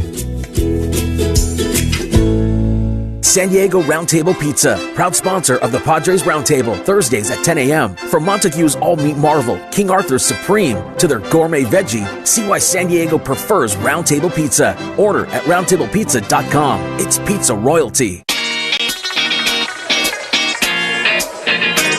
Bottom of the fifth at Petco Park, Independence Day 2025. Trustin will score. The Rangers 2 and the Padres 1. Cronenworth, Brooks, and Maldonado 7-8-9 coming up for the Padres here against Kumar Rocker. Jake 0 for 1, grounded to second base his first time. And Rocker's pitch is a curveball for a strike right at the knees, 0-1. Both these pitchers have generally been in great command so far here today. Rocker got touched up by Manny, a long homer to center last inning. Vasquez put himself in a tough spot in the third. Simeon made him pay with a 2-run double. That's it, runs-wise. 0-1, and Cronenworth takes upstairs. 1 ball and 1 strike. Good curveball at the bottom of the zone, then came back with the fastball above. See where they go, 1-1. Rocker out of his windup delivers, and the pitch to Cronenworth is a little number foul back behind home plate, strike 2. Back by popular demand, a second Filipino Heritage Celebration theme game has been added, featuring a limited edition basketball jersey. Secure a theme game package for Monday, September 8th. Game is against the Reds. To receive a ticket to the game and the item, visit padres.com/theme games. 1-2 pitch, it's sharply up the middle, backhanded by Seager at short, and the long throw to first is in time. 1 away here in the fifth. Trent Brooks coming up. Before he bats, let's pause 10 seconds for station identification on the Padres Radio Network. KWFN-FM and KWFN HD1 San Diego. This is Yu Darvish from the San Diego Padres. You're listening to Padres Baseball on the Padres Radio Network. An Odyssey Sports Station. 2-1 Rangers, 1 out, nobody on in the bottom of the fifth, and Trenton Brooks fouls it back, strike 1. Healthy hack there on the first pitch sinker. Got a sinker up. Fouls it back. Count 0-1. Brooks very much the kind of guy that can tie this game with one swing. Trenton playing in only his 13th game of the year. Does have a home run, first of his big league career. That came at Dodger Stadium a couple of weeks ago. 0-1 in the air to right field and deep. Garcia's going back. He's at the wall. This one is off the wall. Brooks speeding into second base. Garcia's throw. Seager's tag, not in time. Just missed another homer. And for Trenton Brooks, a one-out double here in the bottom of the 5th inning. On that first sinker he was on. This one he was on better. This is a homer by a few feet. But the sinker leaks back over the middle of the plate. And Brooks hits a bullet off the right field wall. One-out double for Brooks. Creatures are talking about challenging the play at second, but I think they're late. And I think that's what they're going to talk about. Yeah, crew chief Alan Porter is coming down the first baseline. Mike Schilt is barking at him from his dugout saying, hey, whoa, that's way too late. And now Porter and the plate umpire Alex McKay are going to go over and talk to Bruce Bochy. Bochy out of the dugout. And I think that's exactly what happened. The Rangers want to challenge it. And now it's a matter of did they get it in time? And Alan Porter now, the crew chief, is calling Mike Schilt out to tell him something. And I presume this is not going to be something Mike will be happy to hear. Yeah, and Schilt, before he came out the dugout, as Alan Porter was waving him out, you can see him put his head down. Brooks, by the way, it was a pop-up slide into second base. He came off, and Seager kept the tag on him. So if they let the Rangers review this, it's probably going to be an out. But, again, the mechanics of it, here's the other piece. I wonder if the umpires didn't even look over to see if the Rangers wanted to challenge it, because it was not really a tag play. He just came off for a brief moment, so it might have been where they didn't even know that the Rangers were trying to challenge, and presumably at least the Rangers were trying to challenge it and nobody saw them. All the conversations with the managers are done, and now Alan Porter going to talk to us. Texas is challenging the safe call at second base. My guess is that's exactly what happened, is that no one really looked at Bochy to see if they wanted to challenge, and therefore they weren't able to get it in time. But as they look at this, Brooks' foot certainly comes off the bag. And this kind of goes back to kind of why replay was put in. Certainly not for these reasons, but this is kind of the unintended consequence of having the replay. After review, the call on the field's overturned. The runner popped up off the base. Therefore, he is out. Texas will retain their challenge. So officially a single for Brooks, out 9-6, trying to get to second base, and the mechanics of that were really bad. And now Mike Schilt face-to-face with Alan Porter. He's got the hand over his mouth to protect himself against John Boy Enterprises. But obviously, if you're Mike, you're going, hey, that was not the way that's supposed to work. And I think from an umpire standpoint, all you can say is, hey, we didn't look. And we're sorry we messed it up. But your point, which is the larger point, is probably the better point. This is not what instant replay is for. No. Now, it's how it works, and it goes favor of the Padres all the time, against the Padres all the time. But when they put instant replay in, it wasn't to see the guy who was clearly going to be safe pop up a centimeter off the bag for half a second and get tagged out. Or not even pop up, just kind of switch feet as they're sliding in, going full speed. Nonetheless, Padres lose a base runner, the tying run at second, based off of that. And headsy by Seager to make sure, because, again, it wasn't close. It's something we've seen since instant replay has been instituted. Infielders, it is a must. Just keep your glove on all runners at all times.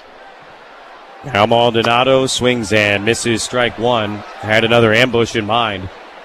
All four Martin Maldonado home runs this year have come on the first pitch of an at-bat. But he comes up empty there, 0-1. Base is empty, 2 outs, 2-1 Rangers in the 5th inning. And Maldonado cracks it foul behind third base coach Tim Leeper. That's where having a pitch like a cutter comes in handy. You get a guy who's ambushing, looking for something in the middle. You can throw that cutter that has a little late movement, get him off the barrel. Maldonado uses the timeout prior to this 0-2 pitch.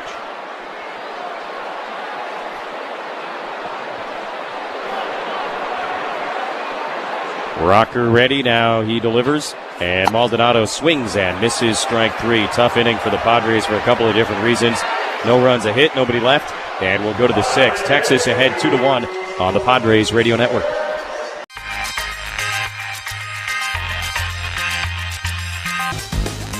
To see all this excitement around what I love to do growing up, it's crazy. What's your favorite thing about this whole event so far? The fusion of sports, entertainment, and cards. That's awesome. Because to me, cards have always been entertainment, and they're getting their just dessert now.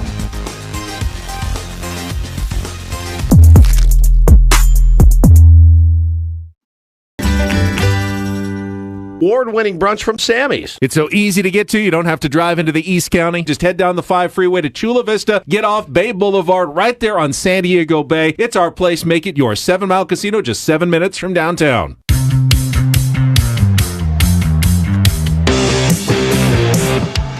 Top of the 6th inning. Rangers coming to bat against Randy Vasquez. Texas with a 2-1 lead. Garcia, Carter, and Heim, 4, 5, and 6 are due up. Padres baseball is better together. Group spaces provide turnkey experiences to create unforgettable memories. Book a suite or all-inclusive group space at Petco Park this season. Learn more at Padres.com/groups. First pitch to Garcia. Fastball right on the inside corner, but doesn't get the call. 1-0. Just thinking back to that whole replay last inning. A couple things about how it all went down. It popped into my mind. 1-0. And Garcia fouls it back out of play, 1-1. First of all, thank you to Alan Porter. Used the microphone well there. Yes, he did. Gave a full explanation of what happened as opposed to just saying he's out, which was nice. So we appreciate that, certainly. Did a good job of describing the situation. But beyond that, he showed good patience with Mike Schilt. He really did. 1-1 and a check swing grounder foul right side. I think that's also Mike Schilt having some understanding of how this whole situation played out. And you have to appreciate Alan Porter for letting Mike be able to kind of vent his frustrations about how that whole thing turned out. 1-2. Garcia takes outside. 2 balls, 2 strikes. Too often, the umpire's kind of disposition is, I'm done with this, I'm ready to move on, which usually leads to an ejection. 2-2. And Garcia takes outside, ball 3.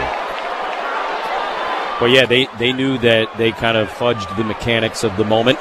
So go ahead, let Mike say his piece. As you said, kind of vent a little bit. And then everybody moves on. 3-2 to Garcia, hit on a line to left field pretty deep. Sheets is going back and reaching up on the warning track. He makes the catch. 1 away here in the top of the 6th inning. Sheets working in a shadow out in left field. Nicely done. He was unsure at what he was seeing at first, but able to make the adjustment. Gets back. Padres get out number 1. Kind of a rare thing, the 3:40 start these days here, so we will have some shadows towards home plate a little bit later on. 1 out, nobody aboard. Evan Carter swings at the first pitch. Diving stop, a rise on the grass behind first. Throw to first, got away from Vasquez. Oh, they did the hard part. Arise with a great diving stop on the ball hit by Evan Carter. And I think Vasquez just missed the feed. Terrific diving stop by Arise. A good throw. And it's right on point. He just dropped it. Yeah, it's an error on Vasquez. Maybe looking down to see where the bag. That's exactly what happened. He's looking down to see where the bag is before catching it and gives up the out. Would have had Carter by 2 steps. So a little thing went against the Padres last inning. A little thing goes against them here. We'll see if they have to pay for this mistake. Jonah Heim, the switch hitting DH, gets into the left-handed box, swings at the first pitch, sends it in the air off the end of the bat to left field. Sheets almost in his tracks is there, and he makes the catch. 2 down. Who's on deck for the Padres in the 6th is brought to you by TimberTech Decking and Railing. Everything wood should be. Visit TimberTech.com for the Padres. It'll be the top of the lineup. Tatis, Merrill, Machado.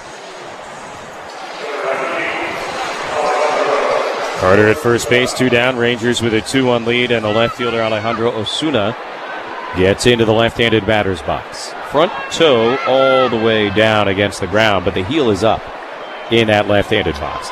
Vasquez throw to first, but Carter is back. Carter's already stolen one bag here this afternoon. It was his 9th of the season back in the second inning.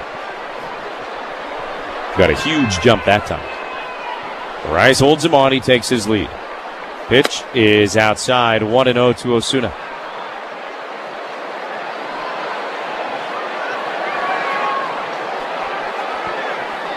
Like Tony said, Padres with the top of the order coming up. It'll be third time through against Kumar Rocker. So you'll have to hold the Rangers where they are. Pitch in the air, foul up the left field line. And now 1-1.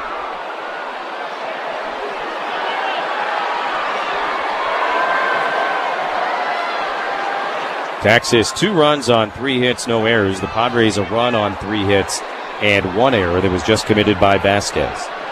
Will it matter? We will find out shortly. 1-1 to Osuna, and another throw to first, close, but he's back ahead of the tag from Arise. Padres will hold it up and see if they want to challenge him.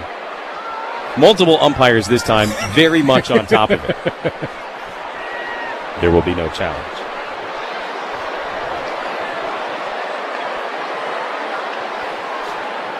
Here's the 1-1 pitch. Hit foul the other way, 1-2.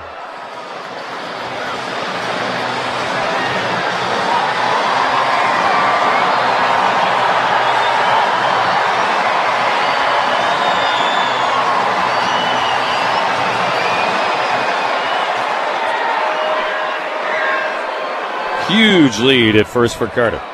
There he goes, and the pitch outside. Maldonado's throw down to second is a seed, the tag, and he's out.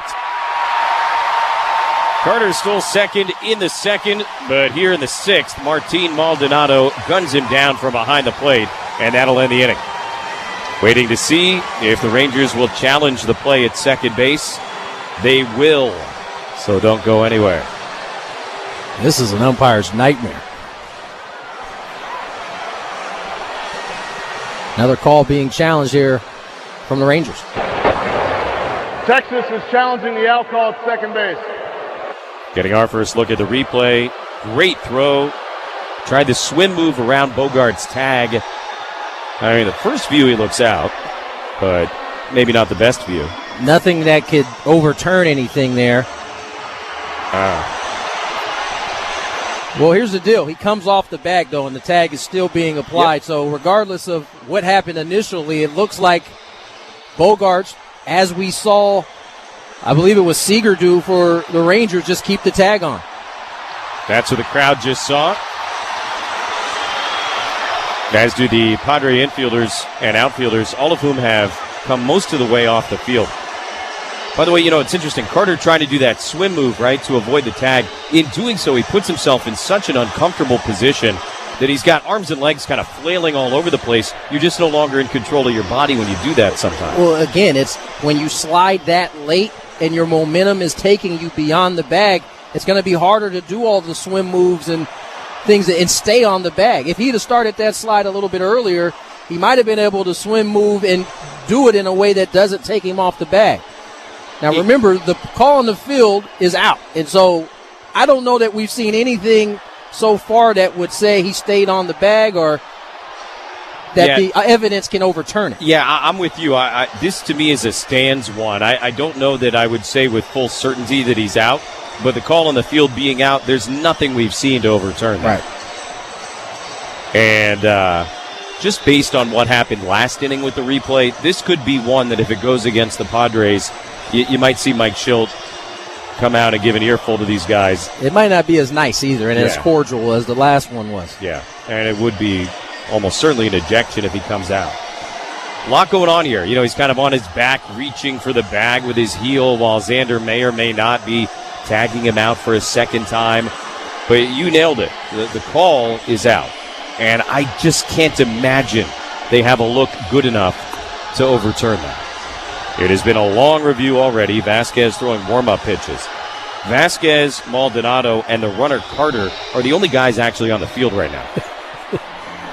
Here is crew chief Alan Porter. No, faked us out. Looked like he was going to make an announcement, but he was just turning to say something to Jim Wolf, who made the call. I mean, at this point, you would have to believe that the review now is they're just searching for any evidence that they could overturn it on. And again, I don't know, at least the reviews that we've seen haven't shown that yet.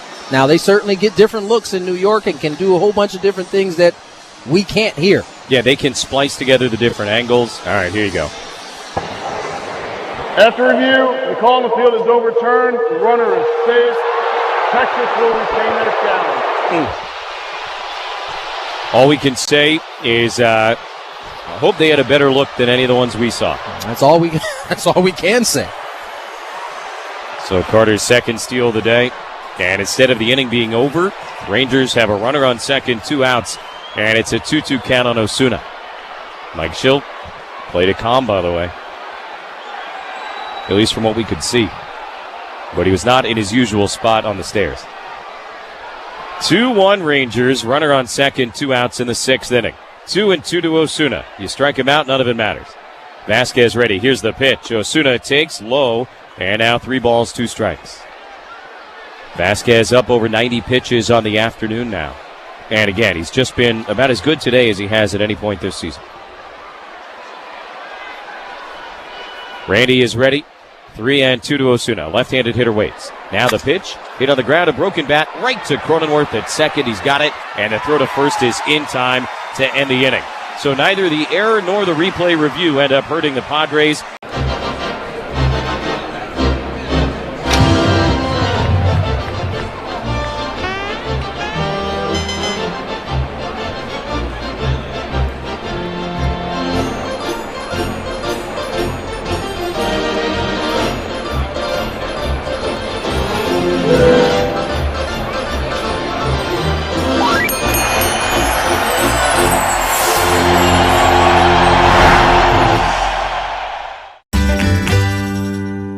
It's a good time to plan for life's what-ifs, too.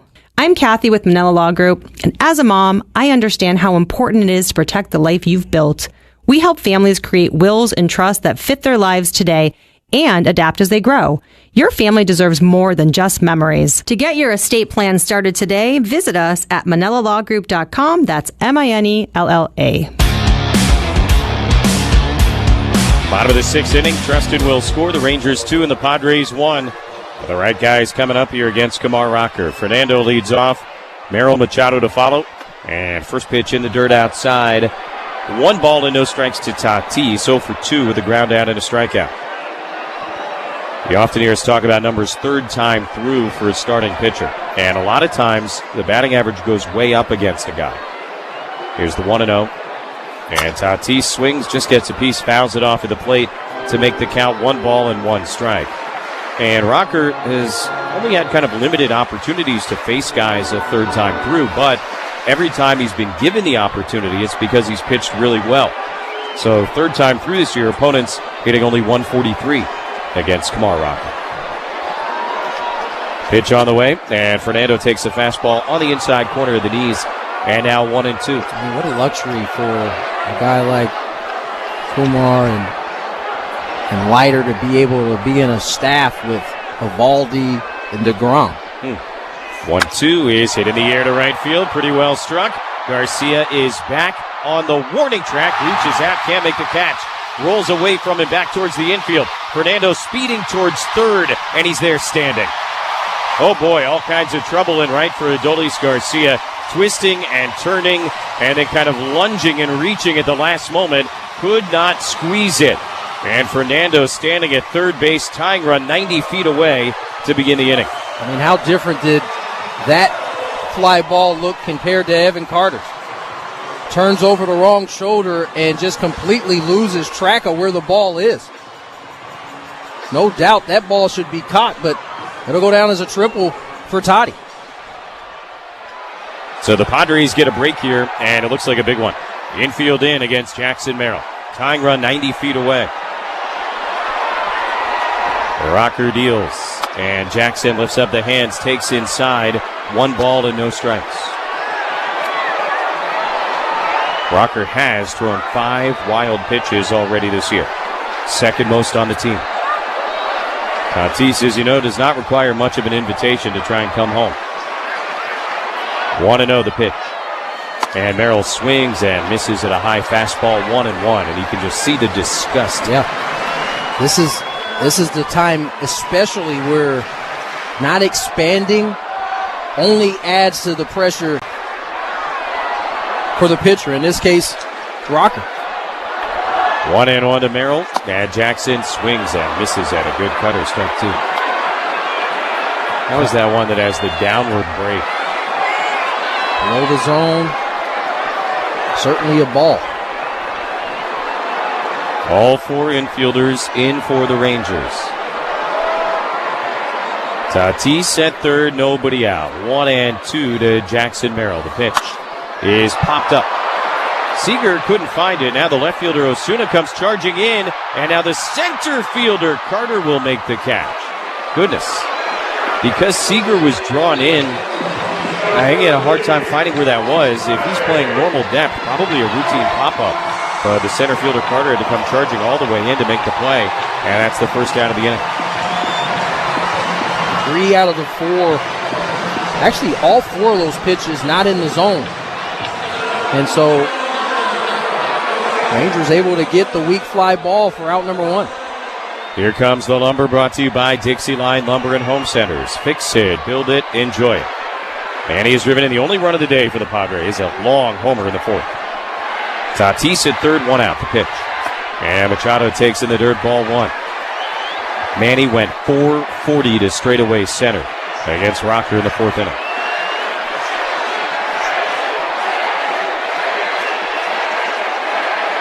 "81 pitches for Kumar Rocker. He's been outstanding, but his lead is slim. 1-0 the pitch. Outside and low, 2 balls, no strikes. Got a rise on deck, but kind of getting the sense here, perhaps being a little bit careful with Machado.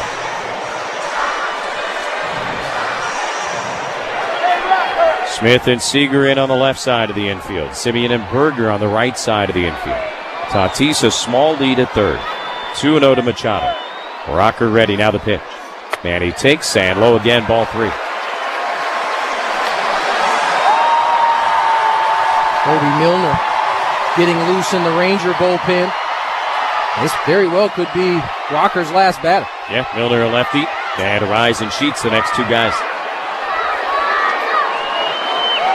3-0 now. Here's the pitch. And Machado takes inside, ball 4. The second walk that Kumar Rocker has allowed here this afternoon. The other one was to a rise in the 4th inning. And you were on it. Bruce Bochy making his way out to the mound, presumably to call on his left-hander. Padres are down by 1 here in the bottom of the 6th inning. They've got Machado at first, Tatis at third, 1 out, and Luis Arraez coming up. Bochy will take the ball from Rocker, and they'll go lefty-lefty here, a pitching change in the 6th inning. Rangers 2, Padres 1 for the moment on the Padres Radio Network. That's my security right there. That's the bad one, Roscoe Pico train. Major League Baseball wanted to start doing something with the players and their dogs. Which one's the dog? I was undecided on whether to do a dog card or not, but my wife pushed me in the back and she wanted a famous dog, so she told me to do it.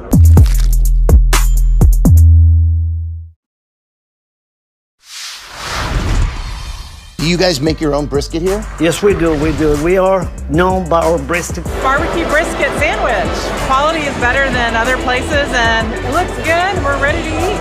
We go to an average 500 briskets per game. We hear a lot from our fans. They want to try something with wrap, easy to eat. So we say, well, let's do like a brisket, wrap, and an egg roll. That's beautiful. You get the gold medal for culinary brisketry here in Texas. Yes.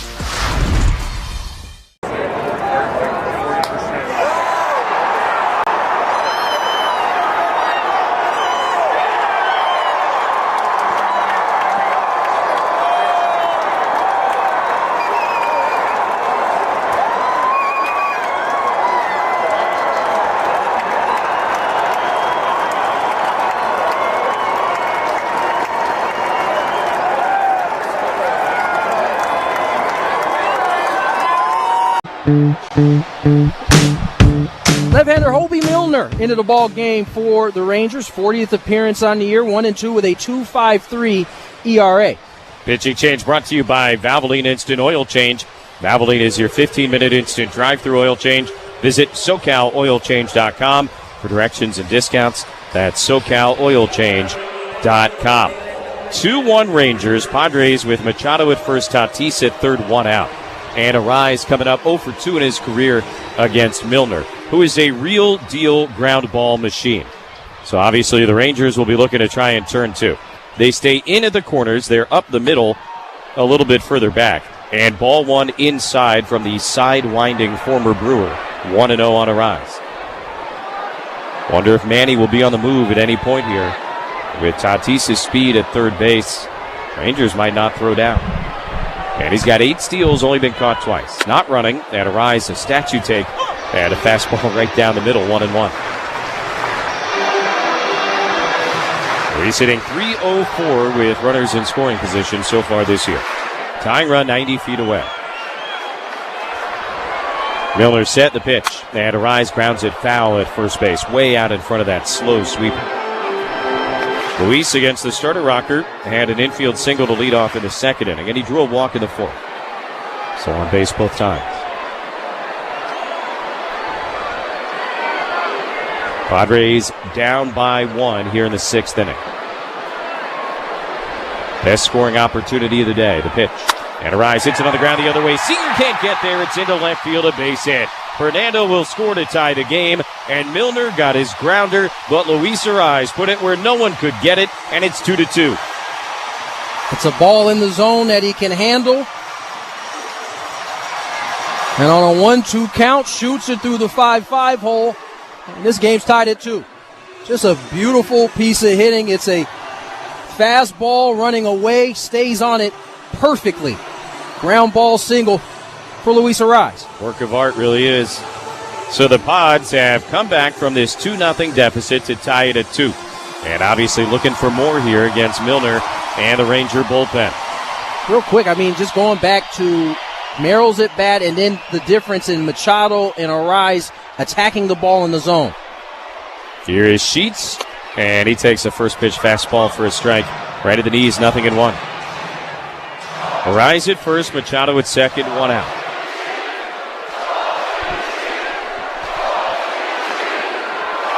Pitch on the way, and Sheets a check swing foul back to the net. No balls, 2 strikes, and a couple of uncomfortable-looking pitches from Gavin Sheets' perspective there against Milner. And not a comfortable AB, especially if you haven't seen a lot of them. And he hasn't. Runners lead. The 0-2 is a frisbee breaking ball outside. 1 ball, 2 strikes.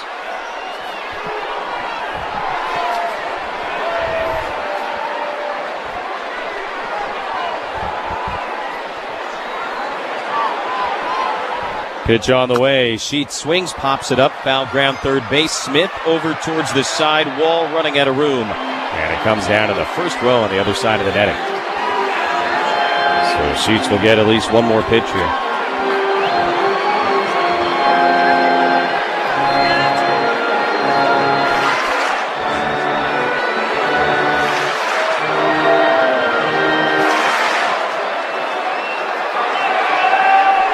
One and 2 to Gavin Sheets. Machado leads at second, and a ground ball to the right side. It'll be backhanded by Berger. He knocks it down. It rolls away, and everybody going to be safe.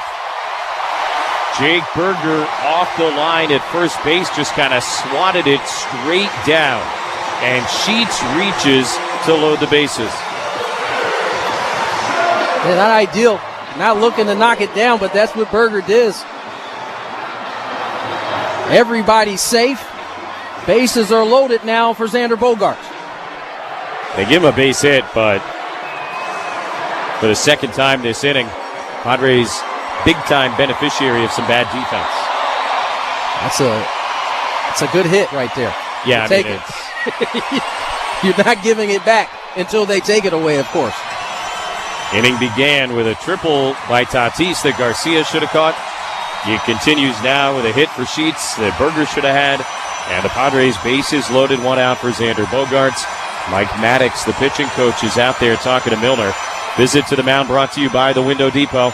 Offer the best prices and biggest inventory on in-stock vinyl windows and interior and exterior doors. Order online or find a location near you at thewindowdepot.com.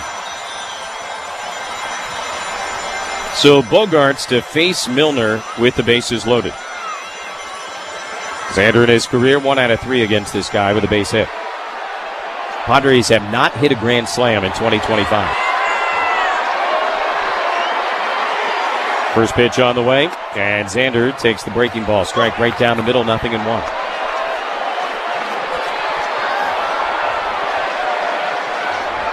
Padres trying to take a lead for the first time this afternoon. Bases loaded, 1 out, 2-2 in the 6th. And Bogaerts a big, wild swing and a miss, and a changeup for strike 2. Good pitch below the zone.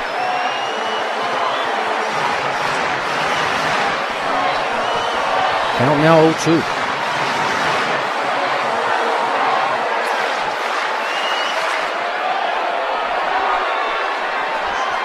Runners lead at all 3 bases. The 0-2 pitch is low and outside. 1-2 now to Bogaerts. Xander's hit in 5 straight, 0 for 2 so far today. He has lined to center and struck out looking. Sheets, Arise, and Machado lead, and now Milner will step off the back of the rubber.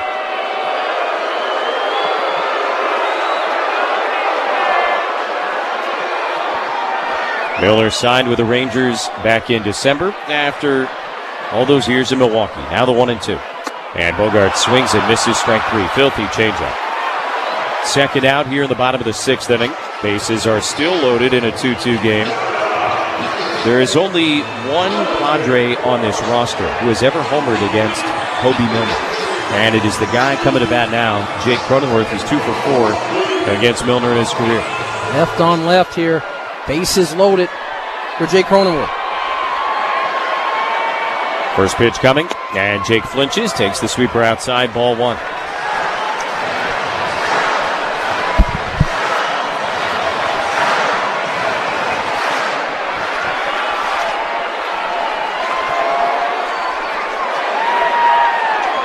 One and 0, and Jake takes this time the sweeper right over the heart of the plate for a called strike. 1-1. Started that sweeper right at Jake's hip there. Ran it back over the middle. 1-1 count. Sheets, Arise, and Machado lead. Here's the 1-1 pitch. Cronenworth rips it in the air, foul down the right field line. There's another sweeper now.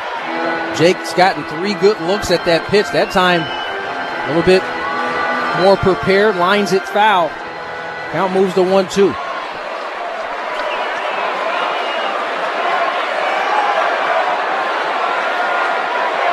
Padres with a shot to get Randy Vasquez a potential win if they can go ahead here. 1-2 pitch is muscled foul back out of play. If this game is tied going to the 7th, it appears Vasquez's day is done. He will become the first Padre ever to have 8 straight no decisions.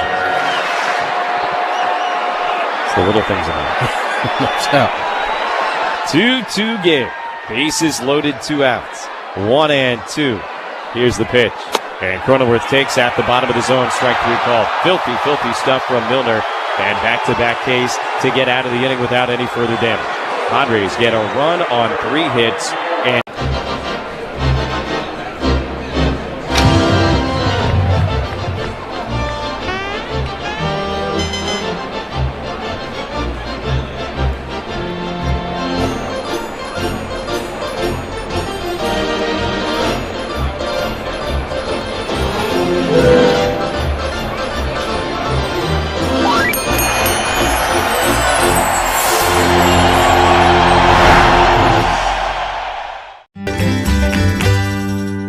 Thousands of San Diegans keep their pools crystal clear since 2006, and we'd love to help you too. Call JUL Pools today and mention radio, and we will give you 1 free month of pool service so you can experience what pool service should be, with no contracts, no commitments. You've worked hard for your backyard, and so will we. Visit glpools.com today and get back to enjoying your pool. That's glpools.com. Top of the 7 is brought to you by Kaiser Permanente for all that is used. tie game, and Jeremiah Estrada on to throw after Randy Vasquez goes 6 strong. Couple of runs, 3 hits, 3 walks, 1 strikeout, 93 pitches. And certainly one of those from Randy, you say pitched well enough to win. Hard to ask much more out of it. But it'll be another no decision. And now Estrada to face Berger, presumably Higashioka and Smith, 8-9-1. First pitch coming. Berger swings, pops it up, right up the elevator shaft. Maldonado directly behind home plate by about 2 feet makes the catch. And 1 pitch, 1 out for Estrada here in the 7th. Tell you what. Sorry, go ahead. Pitching change brought to you by Miramar Kitchen and Bath.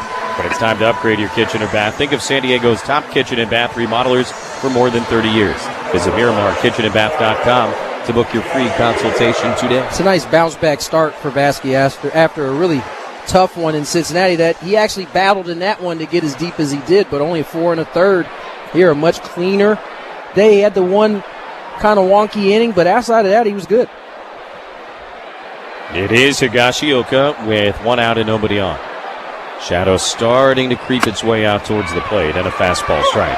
Out-of-town scoreboard brought to you by KMG Psychiatry, official mental health partner of the Padres Radio Network, offering TMS, transcranial magnetic stimulation, to lift the fog of depression and restore clarity. Visit KMGPsychiatry.com. 0-1, Higashioka rips it on a line to left center field. Sheets long run, not going to get there. It'll bounce and roll up against the wall. Merrill gets to it, sends it into second base, and Kyle Higashioka standing at second with a 1-out double. At the fastball, middle. It was elevated slightly, and Higashioka getting on top of it. Ball belt high, leaks over the inner third, finds the left center field alley.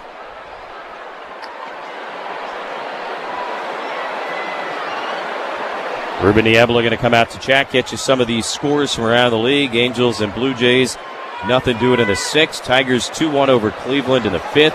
Orioles leading the Braves 3-0 in the 5th. Brewers and Marlins tied at 5 in the 5th. Dodgers later on at home against Houston. Arizona later on at home against Kansas City. And the Giants go up to Sacramento, awkwardly also later on tonight. Cal Raleigh, meanwhile, hit numbers 34 and 35. Earlier today as the Mariners beat up on the Pirates, and that has become maybe the best story in baseball so far this year. Big Dumper doing his thing. Fresh off of an all-star, little home run derby preview. Unbelievable. Now to visit is over. The Trust and Will score here in the 7th inning is the Padres 2 and the Rangers 2. Higashioka at second, 1 out, and now top of the order for the Rangers against Jeremiah Estrada to be the left-hand hitting Josh Smith. Estrada set and ready, and the pitch to Smith is a fastball strike right on the outside corner, 0-1. Seems like it's been a while. I can't think of the last time a catcher has had that many homers going into the break. I mean, he's like looking back at Aaron Judge while catching. That's unbelievable. 0-1, and Smith takes a little low. 1 ball, 1 strike. I feel like it's been so long since it's been someone other than Judge at the top of that list that it feels different.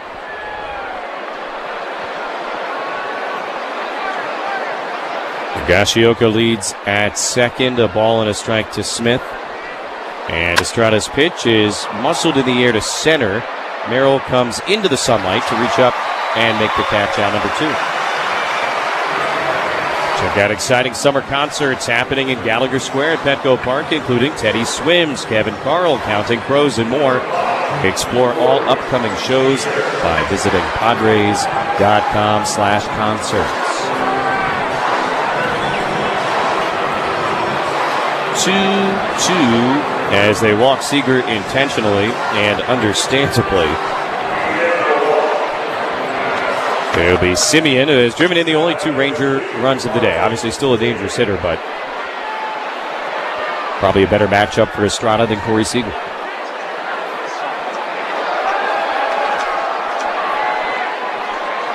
Tie game, 7th inning, 2 on and 2 out. First pitch, and Simeon takes a strike at the knees, 0-1.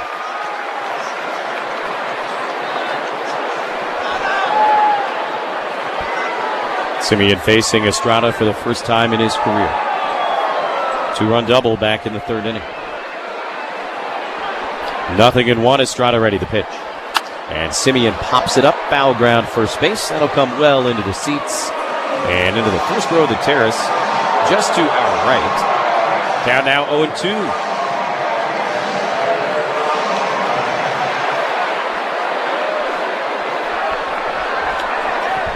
Seager at first, Higashioka at second, tied at 2 in the 7th.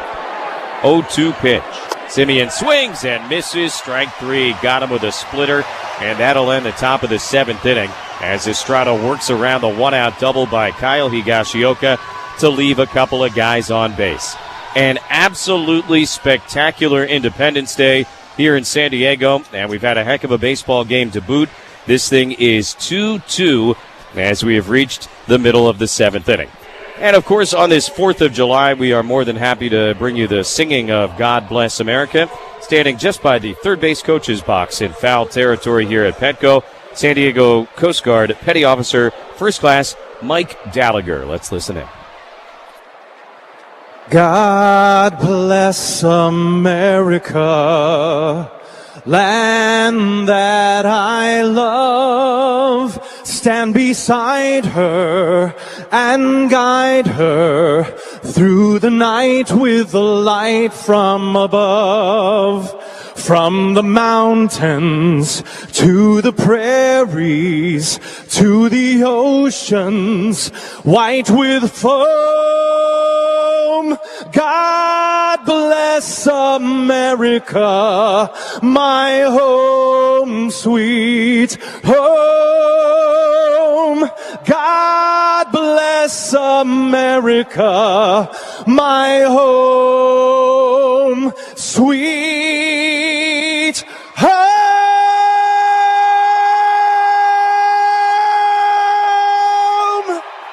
Mike Gallagher, San Diego Coast Guard Petty Officer First Class. 2-2 game. Time to stretch.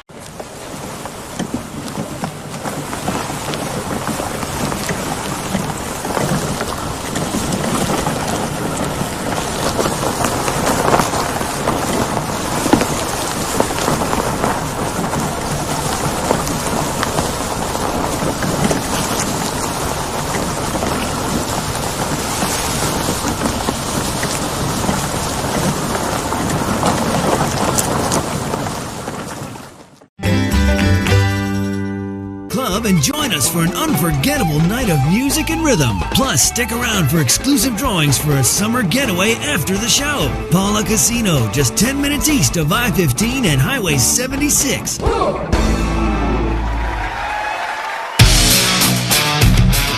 Hey, Padres fans.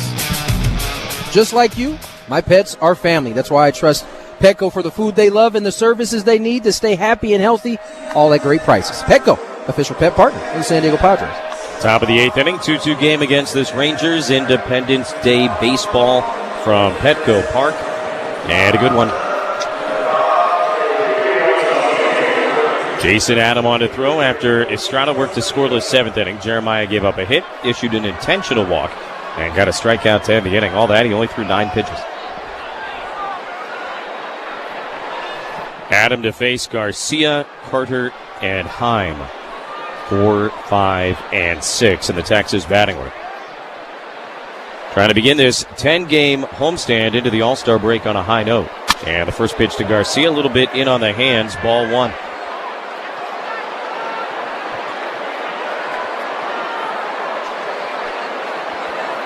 Garcia has seen Adam more than any other Ranger hitter. 2 for 5 against him with a couple of singles, not much there. And the 1-0 fastball is a strike to even it up, 1-1. Jason has been used with great frequency this year, although he did not appear in the doubleheader on Wednesday in Philadelphia. And in fact, one of the rare multi-day layoffs for Adam this season. 1-1 to Garcia, kind of muscled out in the air to center field. Merrill charging in, he gets there. And he makes the catch, 1 away. Jason last worked on last Sunday. Game in Cincinnati, a scoreless 8th inning. I think he's earned a little bit of downtime. He was setting the appearances ablaze as often as we were seeing him, and that was really just due to Padres playing so many close games. And here we are again. Exactly. 2-2 in the eighth. 1 out, nobody on. Evan Carter, the batter. 1 out of 3 with a single, couple of stolen bases.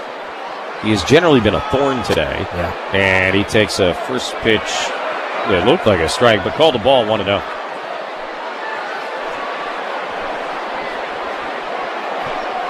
"36th sellout of the year at Petco near the season, 45,114. Pitch in the dirt. And now 2-0 to Evan Carter.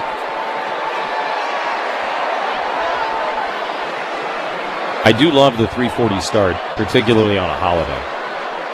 A little bit of day, a little bit of shadow late, cools off a little bit. Just beautiful. 2-0. Carter takes high, ball 3. 1 out, nobody on. Tie game, 8th inning, and Adam has fallen behind on Evan Carter.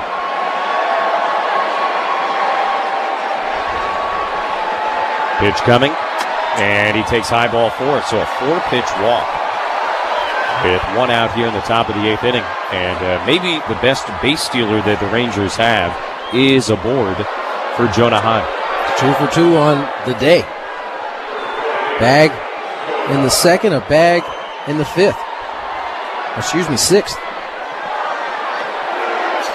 Time for our next game preview, but a reminder the party starts before the game on the Coaster Train. Join the winning team. Buy your Coaster Train tickets to Padre games and score big at gonctd.com/Padres. 6:40 tomorrow as Adam checks at first and just back. Ahead of Arise's tag goes Carter.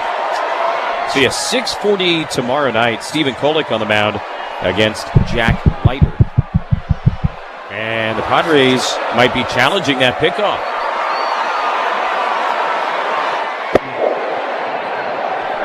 San Diego is challenging the safe call at first base. And boy, I think they might have gotten him. I think so too, but I'm not going to say so. I've been wrong twice today. I wonder if this was another glove drop from Maldonado. The replay looks pretty clear and straightforward.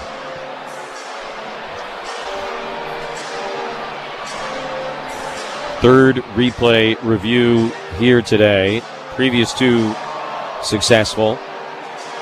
So this umpiring crew, McKay, Porter, Wolf, and Siegel, have had their hands full. It's kind of weird. Carter seemed to be moving back to the right timing. I don't know if he just kind of got stuck and never reached the bag in time. It's pretty close. It's definitely worth a look at this point. For sure. Remember, once you get to the 8th inning, you can ask for any play to be reviewed, even if you're out of challenges. So let's say the Padres lose this one. It doesn't mean that they're out of luck the rest of the day. So it's kind of a no-brainer. After review, the call on the field is overturned. The runner is out. San Diego will retain their challenge. There you go. Carter picked off by Jason Adam. And now 2 outs, nobody aboard. And the umpires are 0 for 3 on review today. Tell you what, the umpires are 0 for 3, but the guys downstairs doing the work. Jim McHugh for the Padres. That was the toughest, I thought, of the 3 right there. Gets it done. Yeah, I wonder how much of this one was circumstance. Like we said, 8th inning. Right. It's close. For sure. You can take the risk at this point. Yeah, exactly. So base is empty, 2 down. Changes everything. And now the first pitch to Jonah Heim. Adam delivers. And a good sharp breaking ball for a strike. 0-1.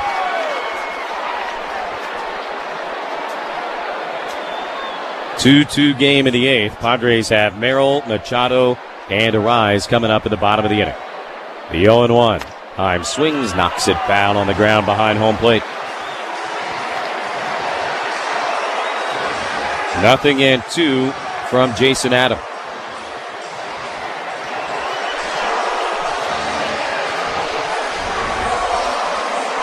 Time called by the batter.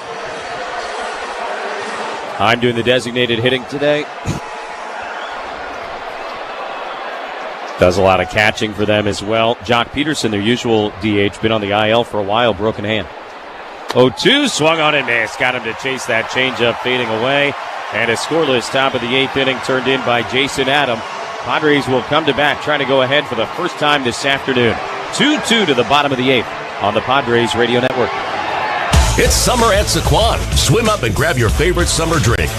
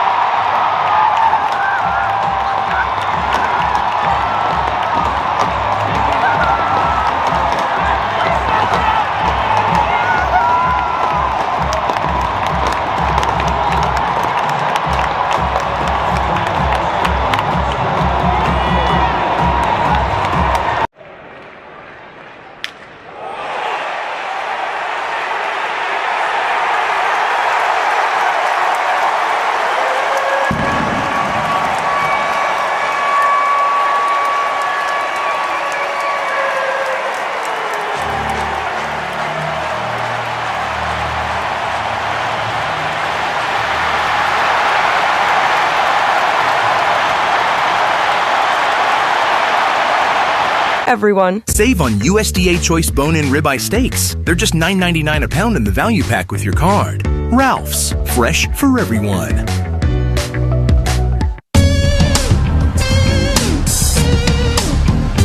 Bottom of the 8th inning, the Trustin will score. Padres 2, Rangers 2. Merrill, Machado, and Arise coming up. Against the new Texas pitcher, Chris Martin takes over for Sean Armstrong at a 1-2-3 7th inning. Pitching change brought to you by Valvoline Instant Oil Change. Valvoline is your 15-minute instant drive-through oil change. Visit SoCalOilChange.com for directions and discounts. That's SoCalOilChange.com. 32nd appearance of the season for the veteran right-hander Chris Martin. He's got a 2.33 ERA.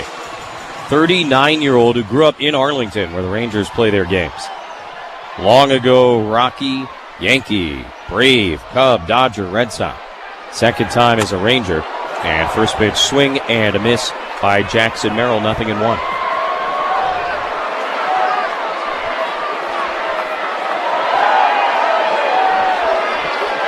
Back end of the Ranger bullpen has had some struggles this year, though generally their pitching staff has been magnificent. 0-1 pitch down the middle and a called strike 0-2. Merrill 0 for 3 on the day with a strikeout. 2-2 game. The Padres have never led.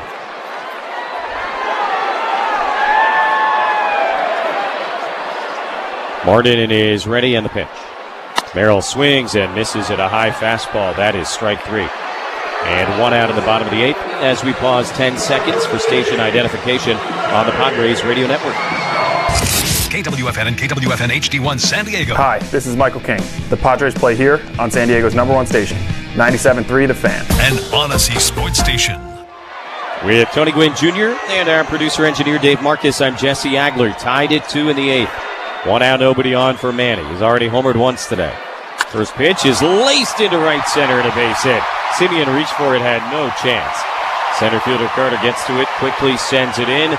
Second hit of the day for Manny, and career knock number 1,997. Now 3 away from the magic number. Fastball, a little cutter. Stays inside it. And a bullet at 106. Right back through the middle of the field. 1 out knock for Manny. So Machado's been on each of his last 3 times. And now Luis Arise stands in, having been aboard all 3 times. First pitch, and Arise takes on the outside corner, top of the zone, 0-1. Luis 1 out of 3 with a walk and a single in his career against Martin. Manny, pretty big lead over at first base. 0-1, the pitch. Arise takes outside, 1 ball, 1 strike.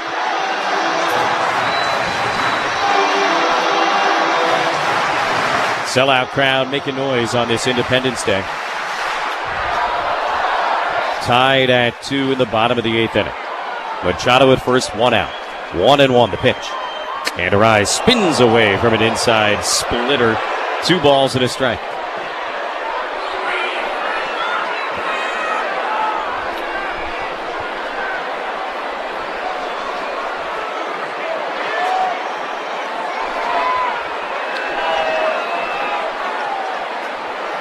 Here's the pitch. And Arise fouls it back behind home plate over the netting into the seats. And the count out 2-2. And he's right on the fastball there. Fouls it straight back. We'll do it again, 2-2.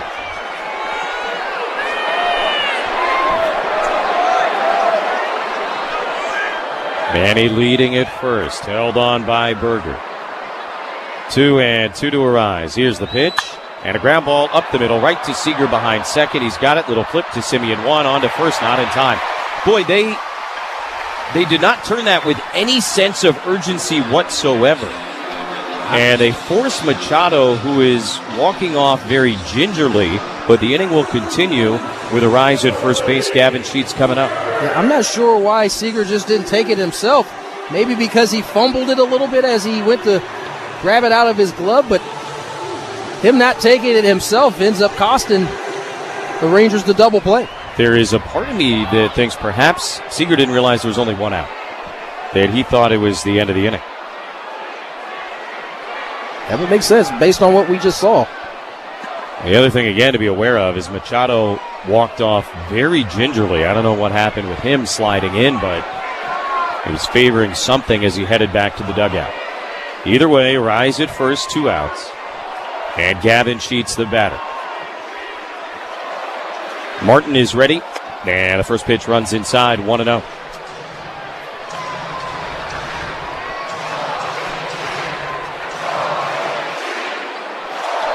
Gavin has been a marvelous story here in the first half this year.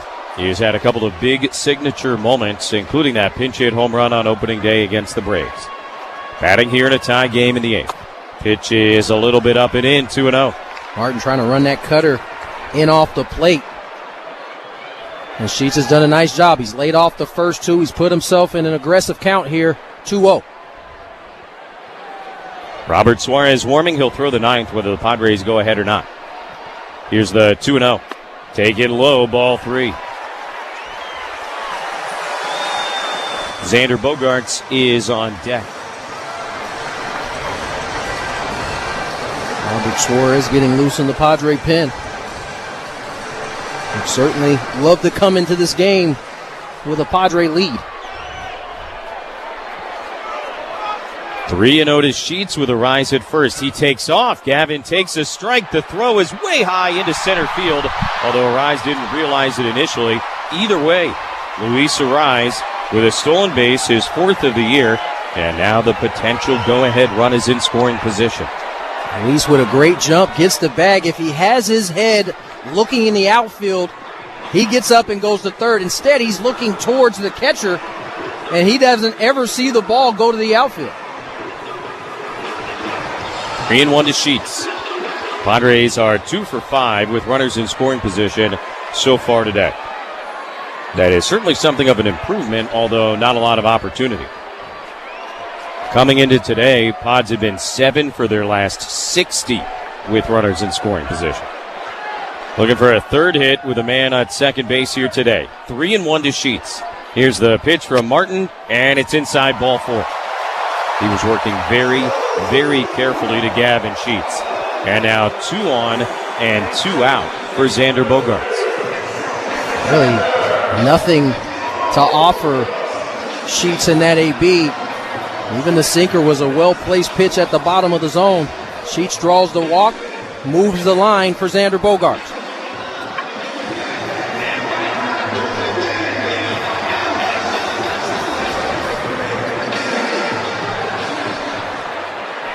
So here's Xander with 2 on and 2 out. 2-2 game, bottom of the 8th inning. Sellout crowd ready to go crazy. And Xander swings and misses at a first pitch fastball, strike 1.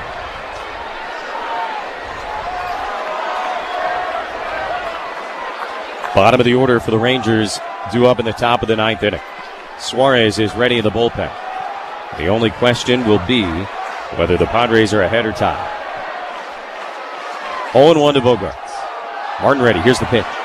And Xander checks his swing, takes outside, 1-1. Martin missing with that cutter, really in the same spot. Glove side, which is on the left-handed hitting side of the plate. Count moves to 1-1. Stay tuned for the Almoa Casino Resort Padre postgame show with Sam immediately following the game. 1-1 to Xander. Martin is ready. Here's the pitch, and Bogarts bangs it on the ground at third base. In between, hop handled by Smith, and the throw to first is in time to end the inning. If the Padres are going to win today, they will have to do so in walk-off fashion. Two guys.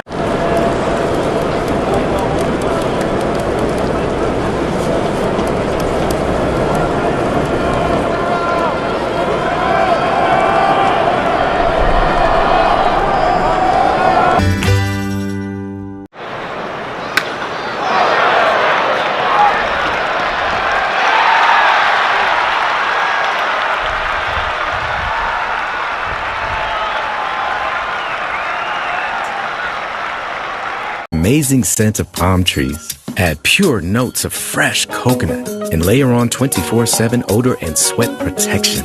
You won't hear any dyes or parabens because with Fiji, you won't have any.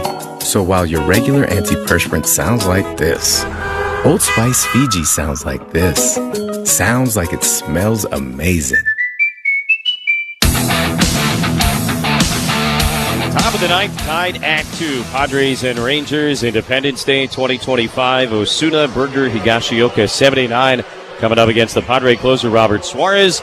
Takes over for Jason Adam, who had a scoreless 8th with a strikeout and a walk. Pitching change brought to you by Miramar Kitchen and Bath. When it's time to upgrade your kitchen or bath, think of San Diego's top kitchen and bath remodelers for more than 30 years. Visit MiramarKitchenandBath.com to book your free consultation today. First pitch is a fastball high to Osuna.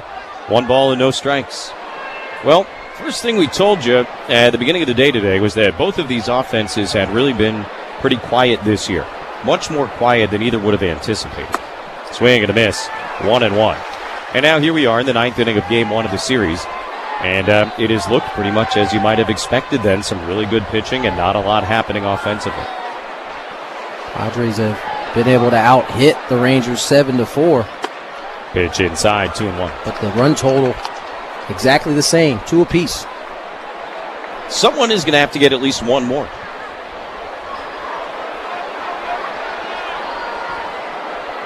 Osuna 0 for 3 today. He's popped out, flown out, and grounded out, and now he takes right down the middle for strike 2.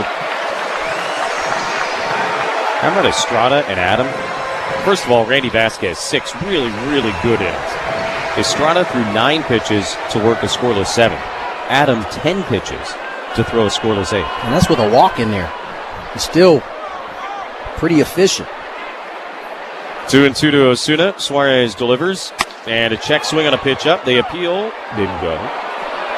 Count is full, 3-2. And look, this is the start of a stretch of 10 games in 10 days. So those guys having quicker outings, that's something that could pop up in a good way. Maybe tomorrow or the next day. 3-2 to Osuna. The pitch is taken at the knees. Strike 3 call. Thought he had ball 4, but that was a great pitch from Suarez. And a strikeout to begin the top of the 9th inning, 1 away.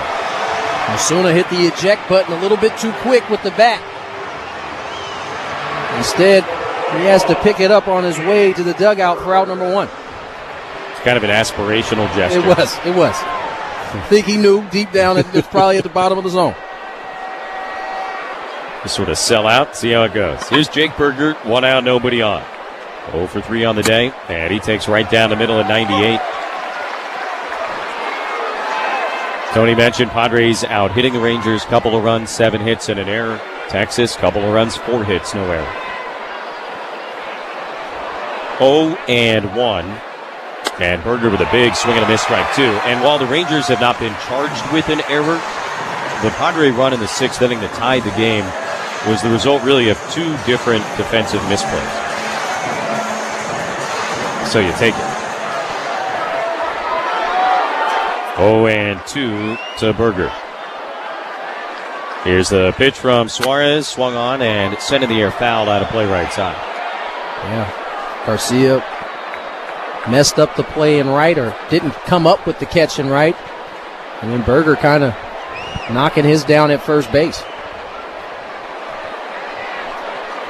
0-2 to Berger, trying to make up for it on the offensive side. And he fouls a 98-mile-an-hour fastball straight back on a line. Still 0-2. Just another tight game for the 2025 Padres. Same old, same old. You're getting your money's worth pretty much every single day with these guys. 1 out, nobody on, tie game in the ninth. The 0-2 pitch. Berger flinches and takes low. 1 ball, 2 strikes.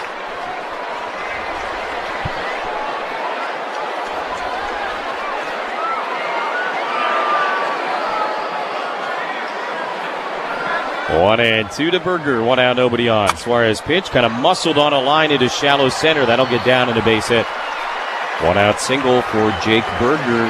And the Rangers have a man aboard here in the ninth inning. Battle AB there for Berger. Down 0-2. Fouled off a couple and then dumps one in the center field for a 1 out knock. Ezekiel Duran will run for Berger over at first base.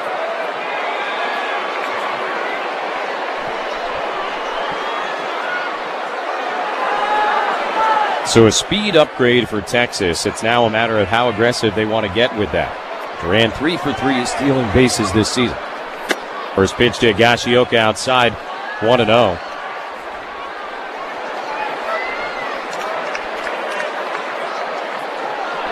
Padres have executed 1 successful pickoff today, nearly 2. So you got to figure Duran is a little bit weary over there. 1-0, and Higashioka fouls it straight back, 1-1. You would think so. Especially considering he was on the bench watching as Padres were able to nab a couple of guys. 1 out walk in the last inning was erased when Adam picked off Evan Carter. Got a good lead over at first base. 1-1 to Higashioka. Suarez delivers, and it's hit in the air to right field. Straightaway not deep. Fernando jogging in. He will get there to make the catch. Going to fire back towards first base, not in time. Duran had gone maybe 2/3 of the way to second, and Fernando decided to shoot his shot. But he's able to get back, and so the order turns over for Josh Smith. Runner on first, 2 outs in the top of the ninth inning. Josh Smith has been on base twice with 2 walks. Both coming with 2 outs. Suarez looking to put him down here in the ninth. Yeah, the first of those really started the only run-scoring rally of the day for the Rangers. Both of their runs came on a Simeon 2-run double in the third. First pitch, and Smith takes high, ball 1. Now in the ninth, the Trustin will score as the Padres 2 and the Rangers 2.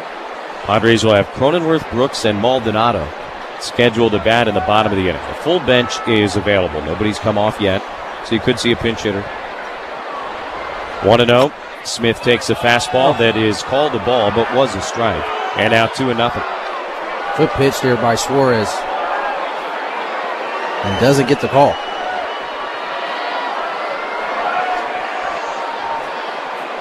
Rangers have a lefty and a righty throwing in their bullpen.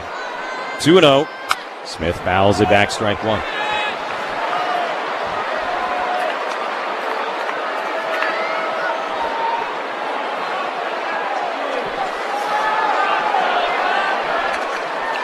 Runner on first, 2 outs, tie game, top of the ninth inning.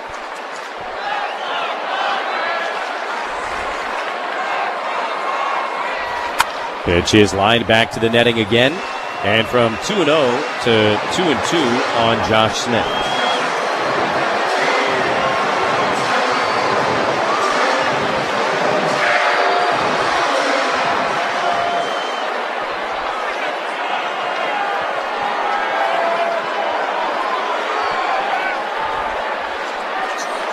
Duran leads, takes off, and the pitch is fouled back out of play. The count remains 2 balls, 2 strikes. So Duran back to first base. Took 4 or 5 pitches, but finally saw some action over there.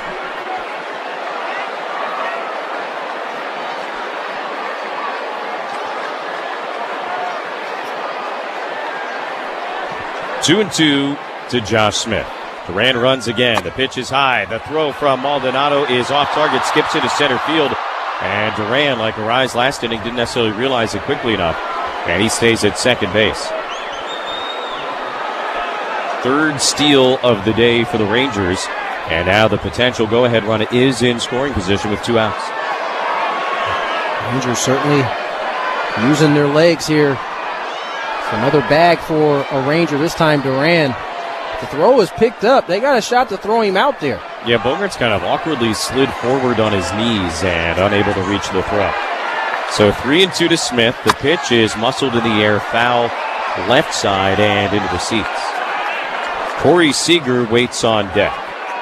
After that, it would potentially be Marcus Semien, who again has the 2-run double, responsible for the only 2 Ranger runs of the day. Suarez working to Smith. This will be the 8th pitch of the at-bat. First 7 have all been fastballs. Here it is on 3-2, and a ground ball sharply to first. Handled by Arise, deep at first base. He brings it himself, and that'll end the top of the 9th inning. No runs, a hit. Duran left at second base, and we go to the bottom of the 9th inning, tied at 2 on the Padres Radio Network. Hey players, things are about to get real here in San Diego.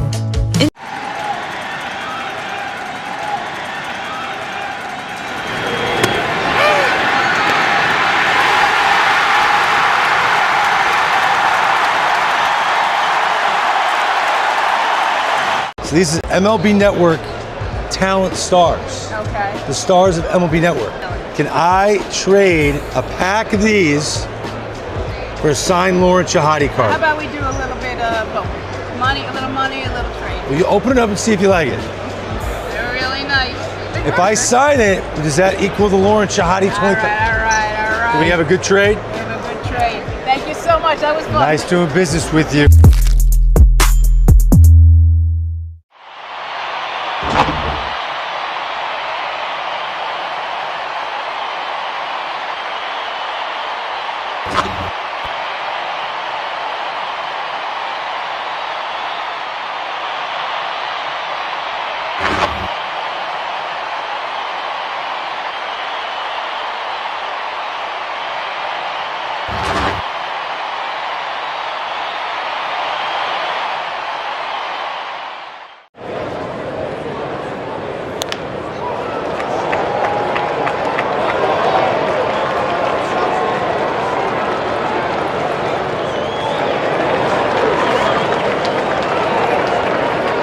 Unlimited data. Available at Walmart and StraightTalk.com. Offer valid through 7/20/25. Taxes and fees apply. Requires in-store activation of single line Gold Unlimited plan or higher. For network management practices, visit StraightTalk.com/terms. Copyright 2025 Verizon.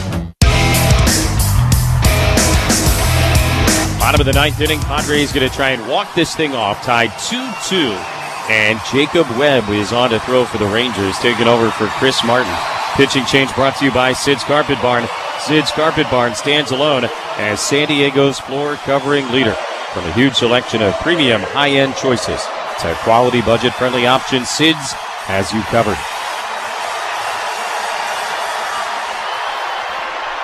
Jacob Cronenworth to lead off against Jacob Webb. No relation. Left-handed batter, right-handed pitcher. First pitch. And Cronenworth swings and pops it into shallow left field. On the move, Osuna gets there, and he makes the catch, 1 away.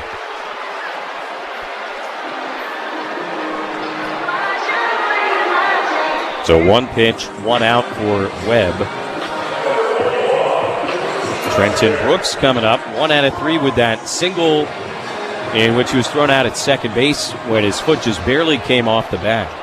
But remember also, that was nearly a home run. Really put a charge into it. 1 out, nobody on. The pitch. And Brooks takes a breaking ball that wraps around the plate but misses it. Ball 1. Webb, a first-year Ranger, seen him previously with Atlanta, the Angels, and most of the last 2 years with Baltimore. 1-0, and Brooks out in front, taps a sweeper foul at the plate, 1-1.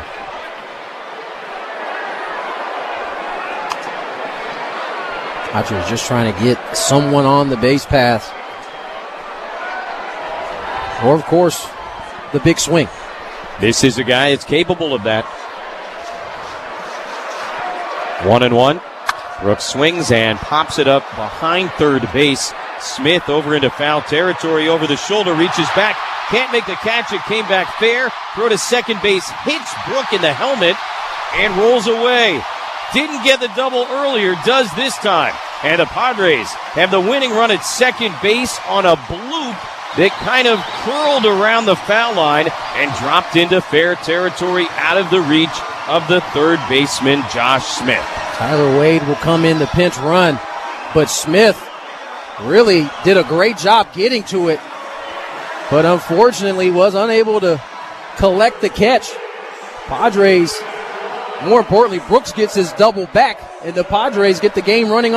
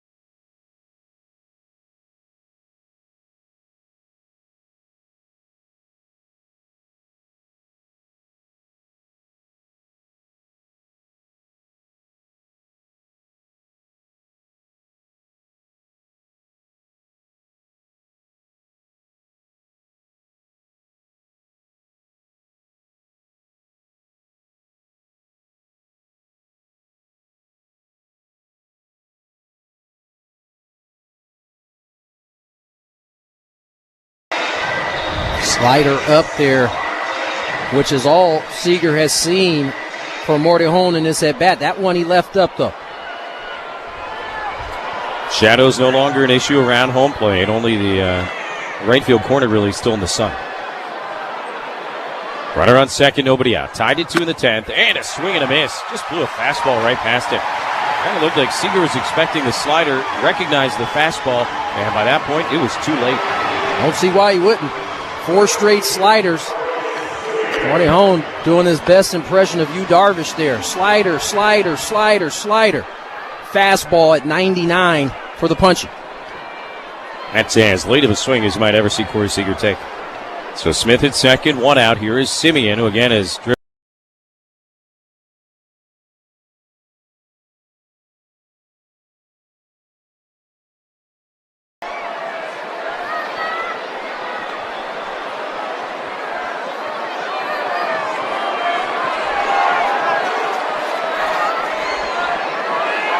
Simeon 1 out of 4 with that 2-run double.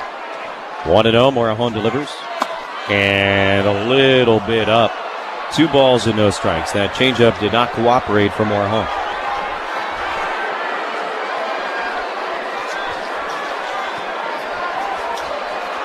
Tied at 2 in the 10th inning.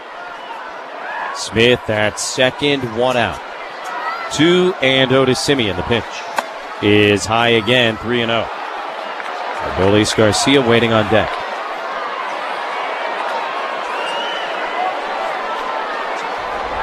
There is a base open. You have the opportunity to set up a potential ground ball double play. But Garcia is a guy who can hit the ball a very long way. 3-0 to Simeon. Mortejon delivers and misses high, ball 4. After getting the punch of Seager, 4 straight balls to Simeon, and that'll bring up Garcia. He has grounded into 4 double plays this year. That is certainly the best case scenario. But again, a fearsome and dangerous hitter. 0 for 4 today. He's hit the ball in the air to the outfield all 4 times. Never gently. Runners take their leads. And first pitch a little bit up and in at 99, 1-0 to Garcia. All of a sudden, Adrian Mortejon, after looking pretty sharp against Seager, has thrown 5 straight balls.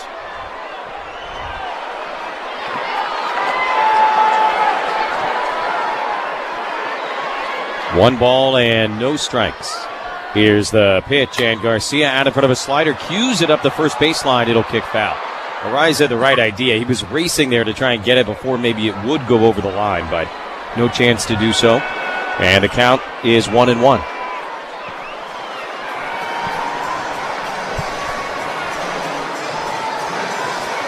Garcia just now getting back towards home plate. The Ranger bat boy will hand him his stick.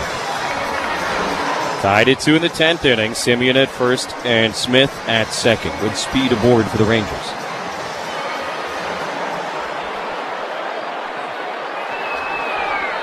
Mortejon dangling that left arm, now set and ready. 1-1 to Adolis Garcia. Here's the pitch. And Garcia fouls it away, strike 2. Good rip at the sinker there. Count moves to 1-2.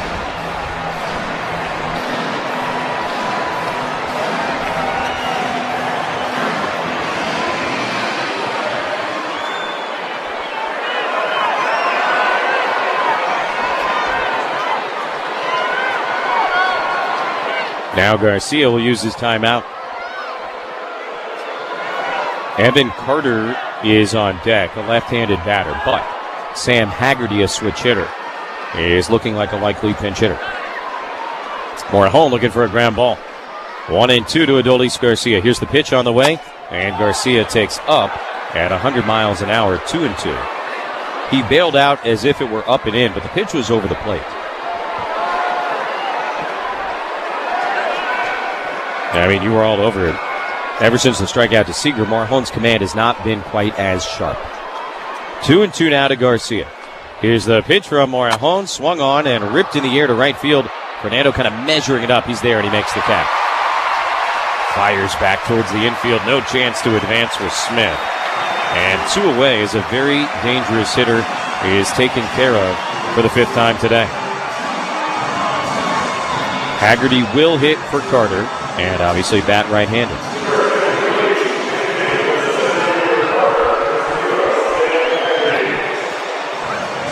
If you're thinking to yourself, Haggerty, how do we know Sam Haggerty? He's a longtime Mariner. Now 31 years old.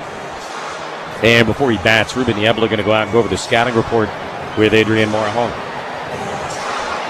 Haggerty missed almost all of last year, suffered an Achilles injury while at AAA Tacoma for the Mariners.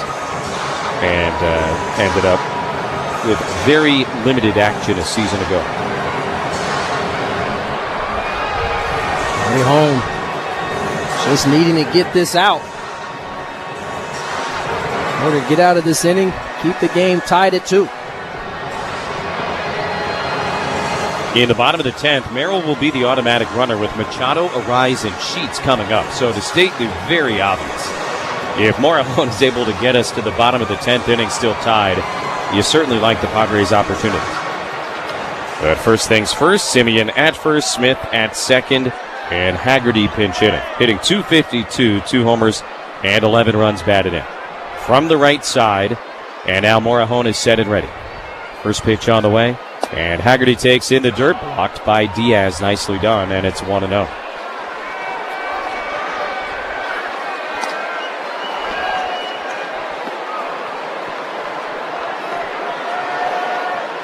Haggerty back in the box. Taps home plate with the barrel of his bat a couple of times. Waiting on Morejon, who now comes set and ready. Runners lead at first and second. 1-0 to the pinch hitter. And Haggerty takes high, 2 balls and no strikes. I cannot remember, at least lately, any outing for Adrian Morejon in which his ball-strike ratio has been out of whack in this way. Yeah, no doubt. I don't think there's been an outing like that. 2-0, hit in the air to right field, pretty well struck. But Fernando is back. He is to the spot, and he makes the catch to end the inning. So Morejon, fighting himself a little bit, is able to get through it scoreless in the top of the 10th inning. Padres will have the winning run on second as we go to the bottom of the 10th, tied at 2 on the Padres Radio Network. Cask & Co's Premium California Bourbon is San Diego's award-winning craft bourbon. Smooth and flavorful after finishing in Cabernet wine barrels. Cask & Co. What is it about baseball cards that make them so special? Why do you enjoy doing that? Well, the biggest thing is I started collecting when I was a kid. O-Pee-Chee was a Canadian hockey league, and then the Canadian football. But I didn't start in the U.S. until I had signed professionally as a ball player. And when I got my first rookie card, and I've got it here with me. Let's take a peek at that. 1966 with Billy Sorrell.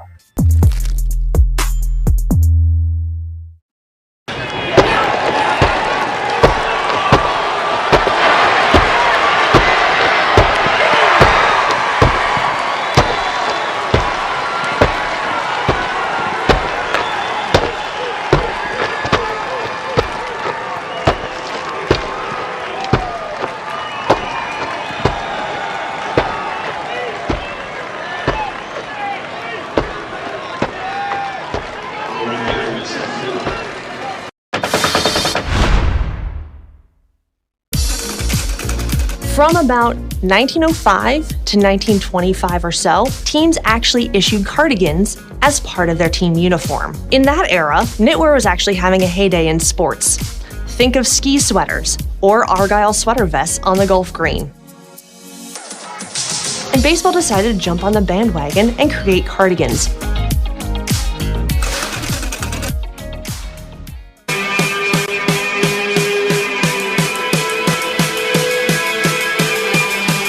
Bottom of the 10th inning, tied at 2. Jackson Merrill on his way out to second base to be the automatic runner. Manny Machado will come to bat. We'll see if they let him hit. Left-hander Robert Garcia has come on to throw for the Rangers. UC Davis guy. We've seen him previously with Miami and Washington. He's got a .297 ERA, and Manny will not get the opportunity to hit. No reason to throw to Machado right now. He's already got a couple of hits today, including a 440-foot home run. That was kind of fun to see. I don't know that Manny knew that he was getting walked until Arise was standing in the box, the left-hand side of the box, to let him know. That's a pretty good indicator that you've been walked. So Merrill at second, the guy who matters. Manny is at first base, and the Rangers are expecting a bunt from Luis Arraez. Tied at 2 in the bottom of the 10th inning.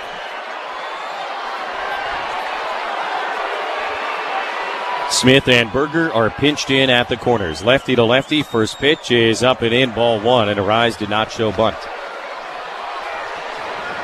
Gavin Cheats, another left-handed batter, is on deck. As noted, Garcia, the pitcher, is a left-handed. 1-0 the pitch. And Arraez swings, pops it up, foul out of play right side. 1-1. Nice. Luis here today, very productive afternoon. Talking to himself after fouling that ball off. Luis continues to be productive. 2 for 3 on the day. Tied the game with an RBI single in the 6th inning. 1-1 the pitch. And Arraez swings and misses it a slider. A rare whiff. And it's 1-2. And you don't see that very often. Chasing that slider down and away. Good pitch from Garcia. Count moves to 1-2. Machado at first, Merrill at second, nobody out. Tied at 2 in the bottom of the 10th inning. A ball and 2 strikes to Luis Arraez. Garcia delivers, and Luis takes low, 2-2. Back to the slider. Count moves now to 2-2. We always talk about how infrequently Luis Arraez strikes out and how few guys have ever struck him out. How about this? In his career against Robert Garcia, Arraez 0 for 3 with 2 strikeouts. And he's got a bad swing and a miss. Here's the 2-2. Arraez swings and tips it into the catcher's mitt. Strike 3. Luis thought it hit the ground. Plate umpire Alex McKay says no. Now they're going to ask the third base umpire, Siegel, and apparently he says no, I didn't see it hit the ground either. And Arraez will walk away. And now Mike Schilt is coming out, and maybe some confusion as to what Siegel, the third base umpire, is signaling, because he kind of put his fist out to his side, which is not generally something you see an umpire do. I've never seen that. Okay, he's kind of making that signal. On the fly. It did not hit the ground, by the way. It's a good call. Yeah, good call. So it is a strikeout, and boy, a bunch of left-handed pitchers around the National League West probably want to pick Robert Garcia's brain about pitching to Luis Arraez. Certainly has had some early success. Now Gavin Sheets will face him. Gavin has gone up against Garcia once, and he drew a walk. First and second, 1 away. Looking for some 10th inning fireworks on the 4th of July. Garcia ready to pitch. And Sheets lines it into right center field. Long run coming in. Going to drop down on a base hit. Merrill had to wait and see, so he advances only one station. Bases are loaded with 1 out.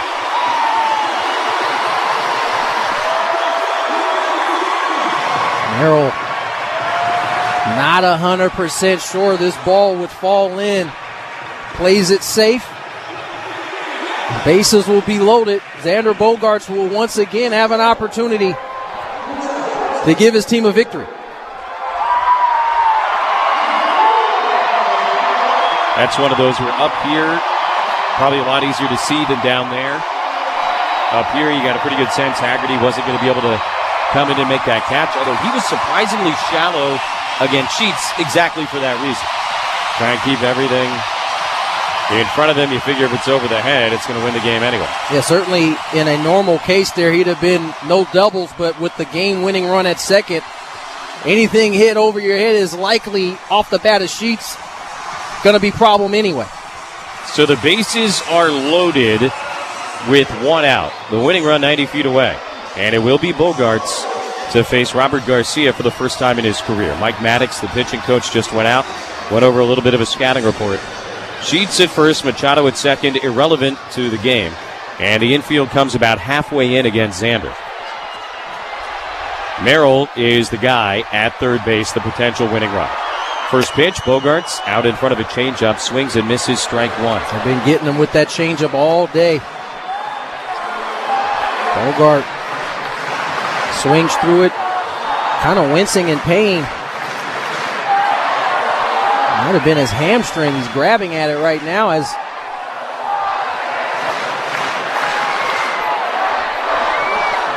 Remember, he had to leave the game the other day in Cincinnati. He cramped up late in the game. But, yeah, you're right. This on the swing, you could just kind of see the wince. And immediately went reaching for the back of his right leg. Now, listen, the Padres have used Wade. They've used Iglesias. That would mean that most likely Sheets would have to go to first. They may have to move Arise back into the infield, as Bogey is trying to stretch this out.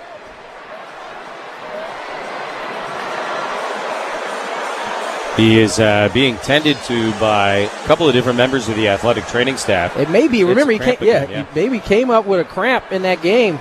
Drinking some pickle juice right now to. It ended up being costly that he came out of the game in Cincinnati. Remember, Wade had to take over at third. Iglesias slid to short. All of that because Bogaerts came out. And then Wade didn't make the play on the ball hit by Elly De La Cruz that began the comeback for the Reds in the final game of that series. And now again, in an absolutely huge moment of this game, bases loaded, 1 out, tied at 2 in the 10th inning. Bogaerts cramps up, and it looks like he's coming out of the game. Wow. I certainly hope this is just a cramp at this point. Bryce Johnson will finish the AB. He'll come to the plate 0-1. Mind you, Padres only have Johnson left off the bench, lefty on lefty.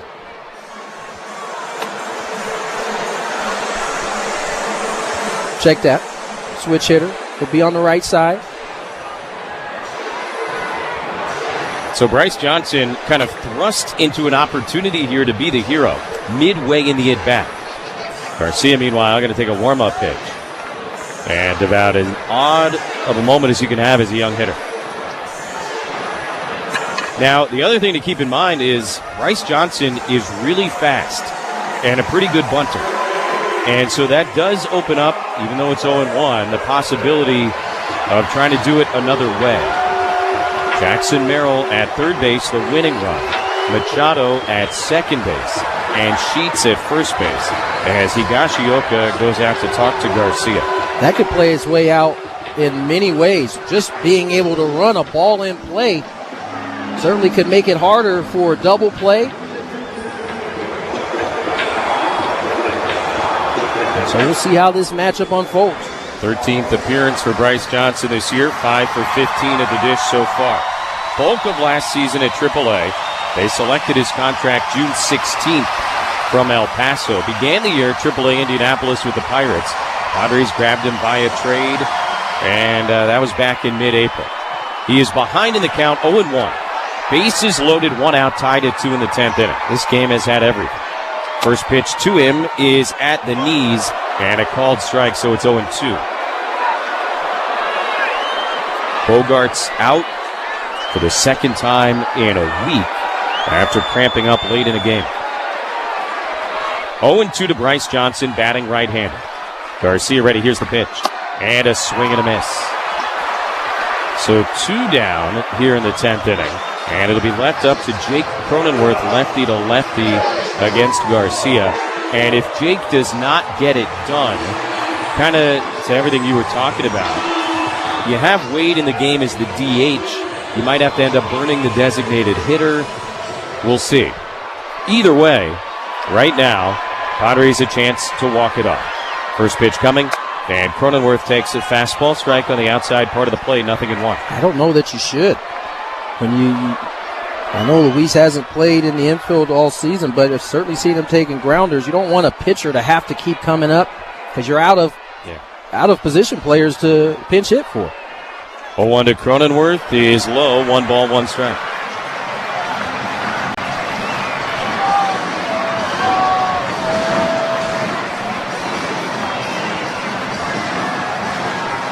Should probably slide Cronenworth to short, Arise to second, Sheets to first, put Johnson in left. That's what I would think. Yeah, I think you're right. Hopefully we'll never find out. 1-1 to Johnson. Or excuse me, to Cronenworth. And in the dirt, smothered by Higashioka. 2 balls and a strike.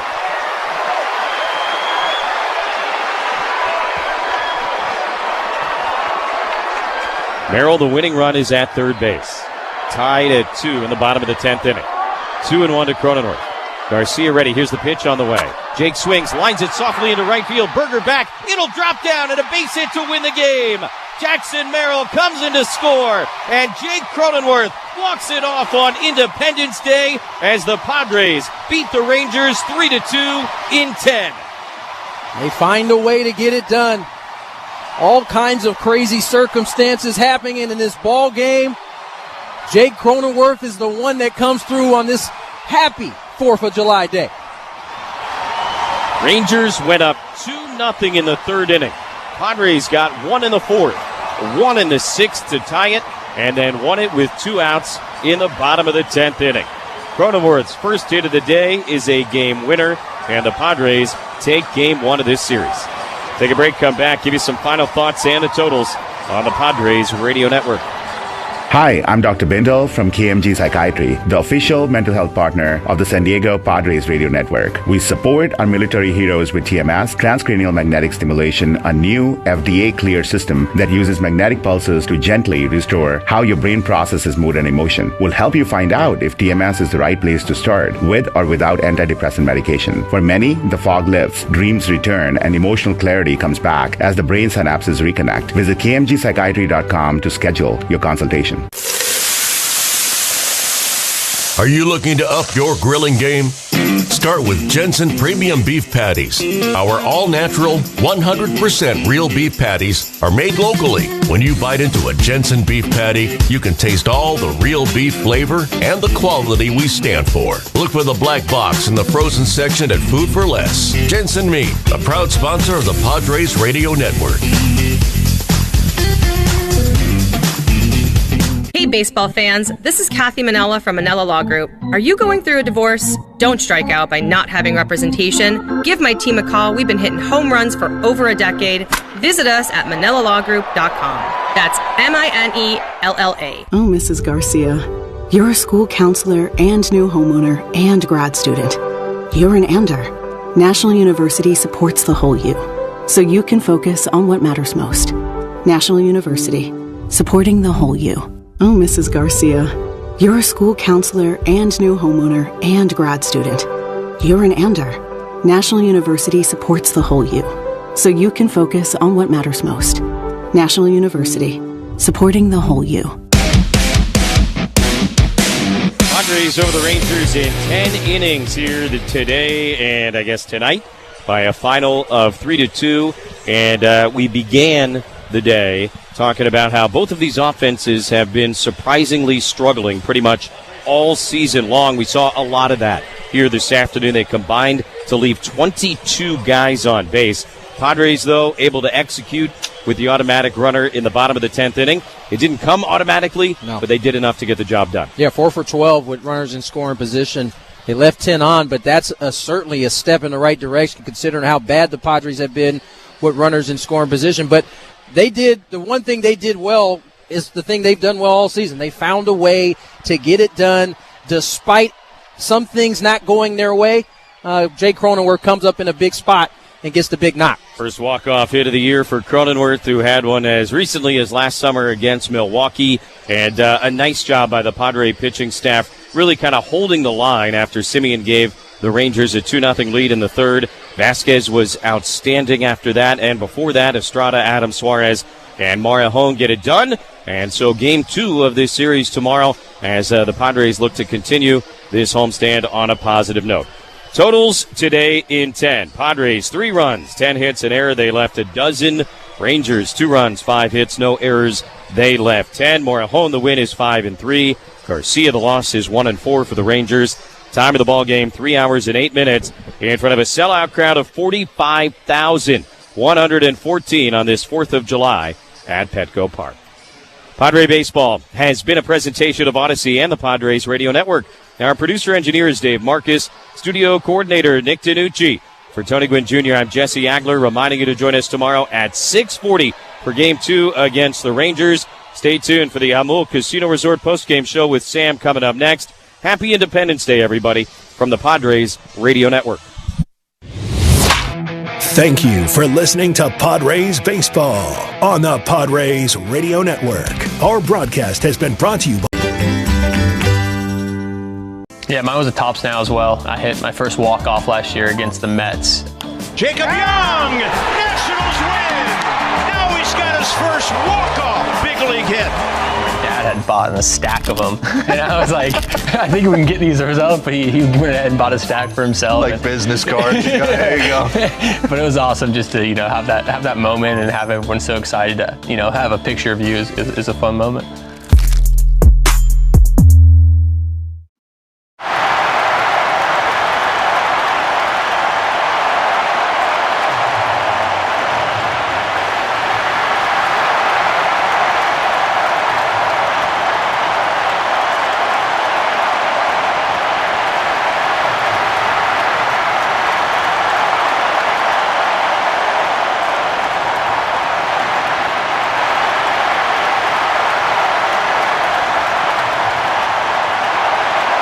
Here in the USA, powered by American Movements, Lineage watches are made to stand the test of time. Order yours today at lineagewatchco.com. That's lineagewatchco.com. Lineage Watch Company, the official timepiece of the San Diego Padres radio network. If your kids love baseball and softball as much as you do, give them a big league experience this summer. Our baseball and softball camps are designed for ages 6 to 12 with half day, full day, and full week options. They'll sharpen their hitting, pitching, fielding, speed, and agility, all led by Frozen Ropes coaches. Using drills, live games, and tons of fun. Give your child a Frozen Ropes summer they'll never forget. Register for camps at sandiegofrozenropes.com. That's sandiegofrozenropes.com. Hi, I'm Dr. Bindal from KMG Psychiatry, the official mental health partner of the San Diego Padres radio network. We support our military heroes with TMS, transcranial magnetic stimulation, a new FDA-cleared system that uses magnetic pulses to gently restore how your brain processes mood and emotion. We'll help you find out if TMS is the right place to start, with or without antidepressant medication. For many, the fog lifts, dreams return, and emotional clarity comes back as the brain synapses reconnect. Visit kmgpsychiatry.com to schedule your consultation. Hey players, things are about to get real here in San Diego. Introducing the all-new Jamul Casino Resort. With a 200-room hotel tower, exciting new eats and drinks, plenty of new places to play, and a luxe spa and salon. Hello, rooftop pool and deck. It's where players can play their hearts out and enjoy all the perks that come with it. It gets real this summer at the all-new Jamul Casino Resort, the players' place. Learn more at jamulcasino.com. This is the story of the one. As a safety manager at a manufacturing plant, he does everything he can to keep his coworkers safe. From finding ways to reduce risks to keeping safety supplies in stock. And for that, he relies on Grainger. Grainger offers a broad range of quality products and next-day delivery, so he can always play it safe. Call 1-800-GRAINGER, click Grainger.com, or just stop by. Grainger, for the ones who get it done. Gain Super Flings are here to take your laundry to the next level. Talking about Gain Super Flings. Super-sized laundry packs. These things are huge. Super fresh, super clean. Gain Super Flings. Gain Super Flings laundry packs have 4 times the Oxy cleaning power and 3 times the Febreze freshness versus Gain Original Liquid. Super fresh, super clean. Gain Super Flings. Gain Super Flings for next level laundry. When your home is protected on the outside, life is better on the inside. And it all starts with your roof. Upgrade your roof to a total protection roofing system from Genesis Home Improvements, San Diego's trusted roofing contractor. We use durable, energy-efficient products so you and your family can enjoy year-round comfort, healthier indoor air quality, and lower utility bills. Ready to transform your home? Visit GenesisHomeImprovementsSD.com for a free quote and save 15% on services. Put your trust in Genesis Home Improvements. You ever try fixing your car and realize you're missing that one part? Yeah, been there. That's why eBay's my go-to. They've got millions of parts, guaranteed to fit. I'm talking brake pads for when yours have seen one too many miles of stop and go. Oil filters, cause you don't mess around with your engine care. Even got this cold air intake on my watch list. I might just go for it. To keep the ride cool and your DIY streak hot. Find all the parts you need at prices you'll love. Guaranteed to fit every time. eBay.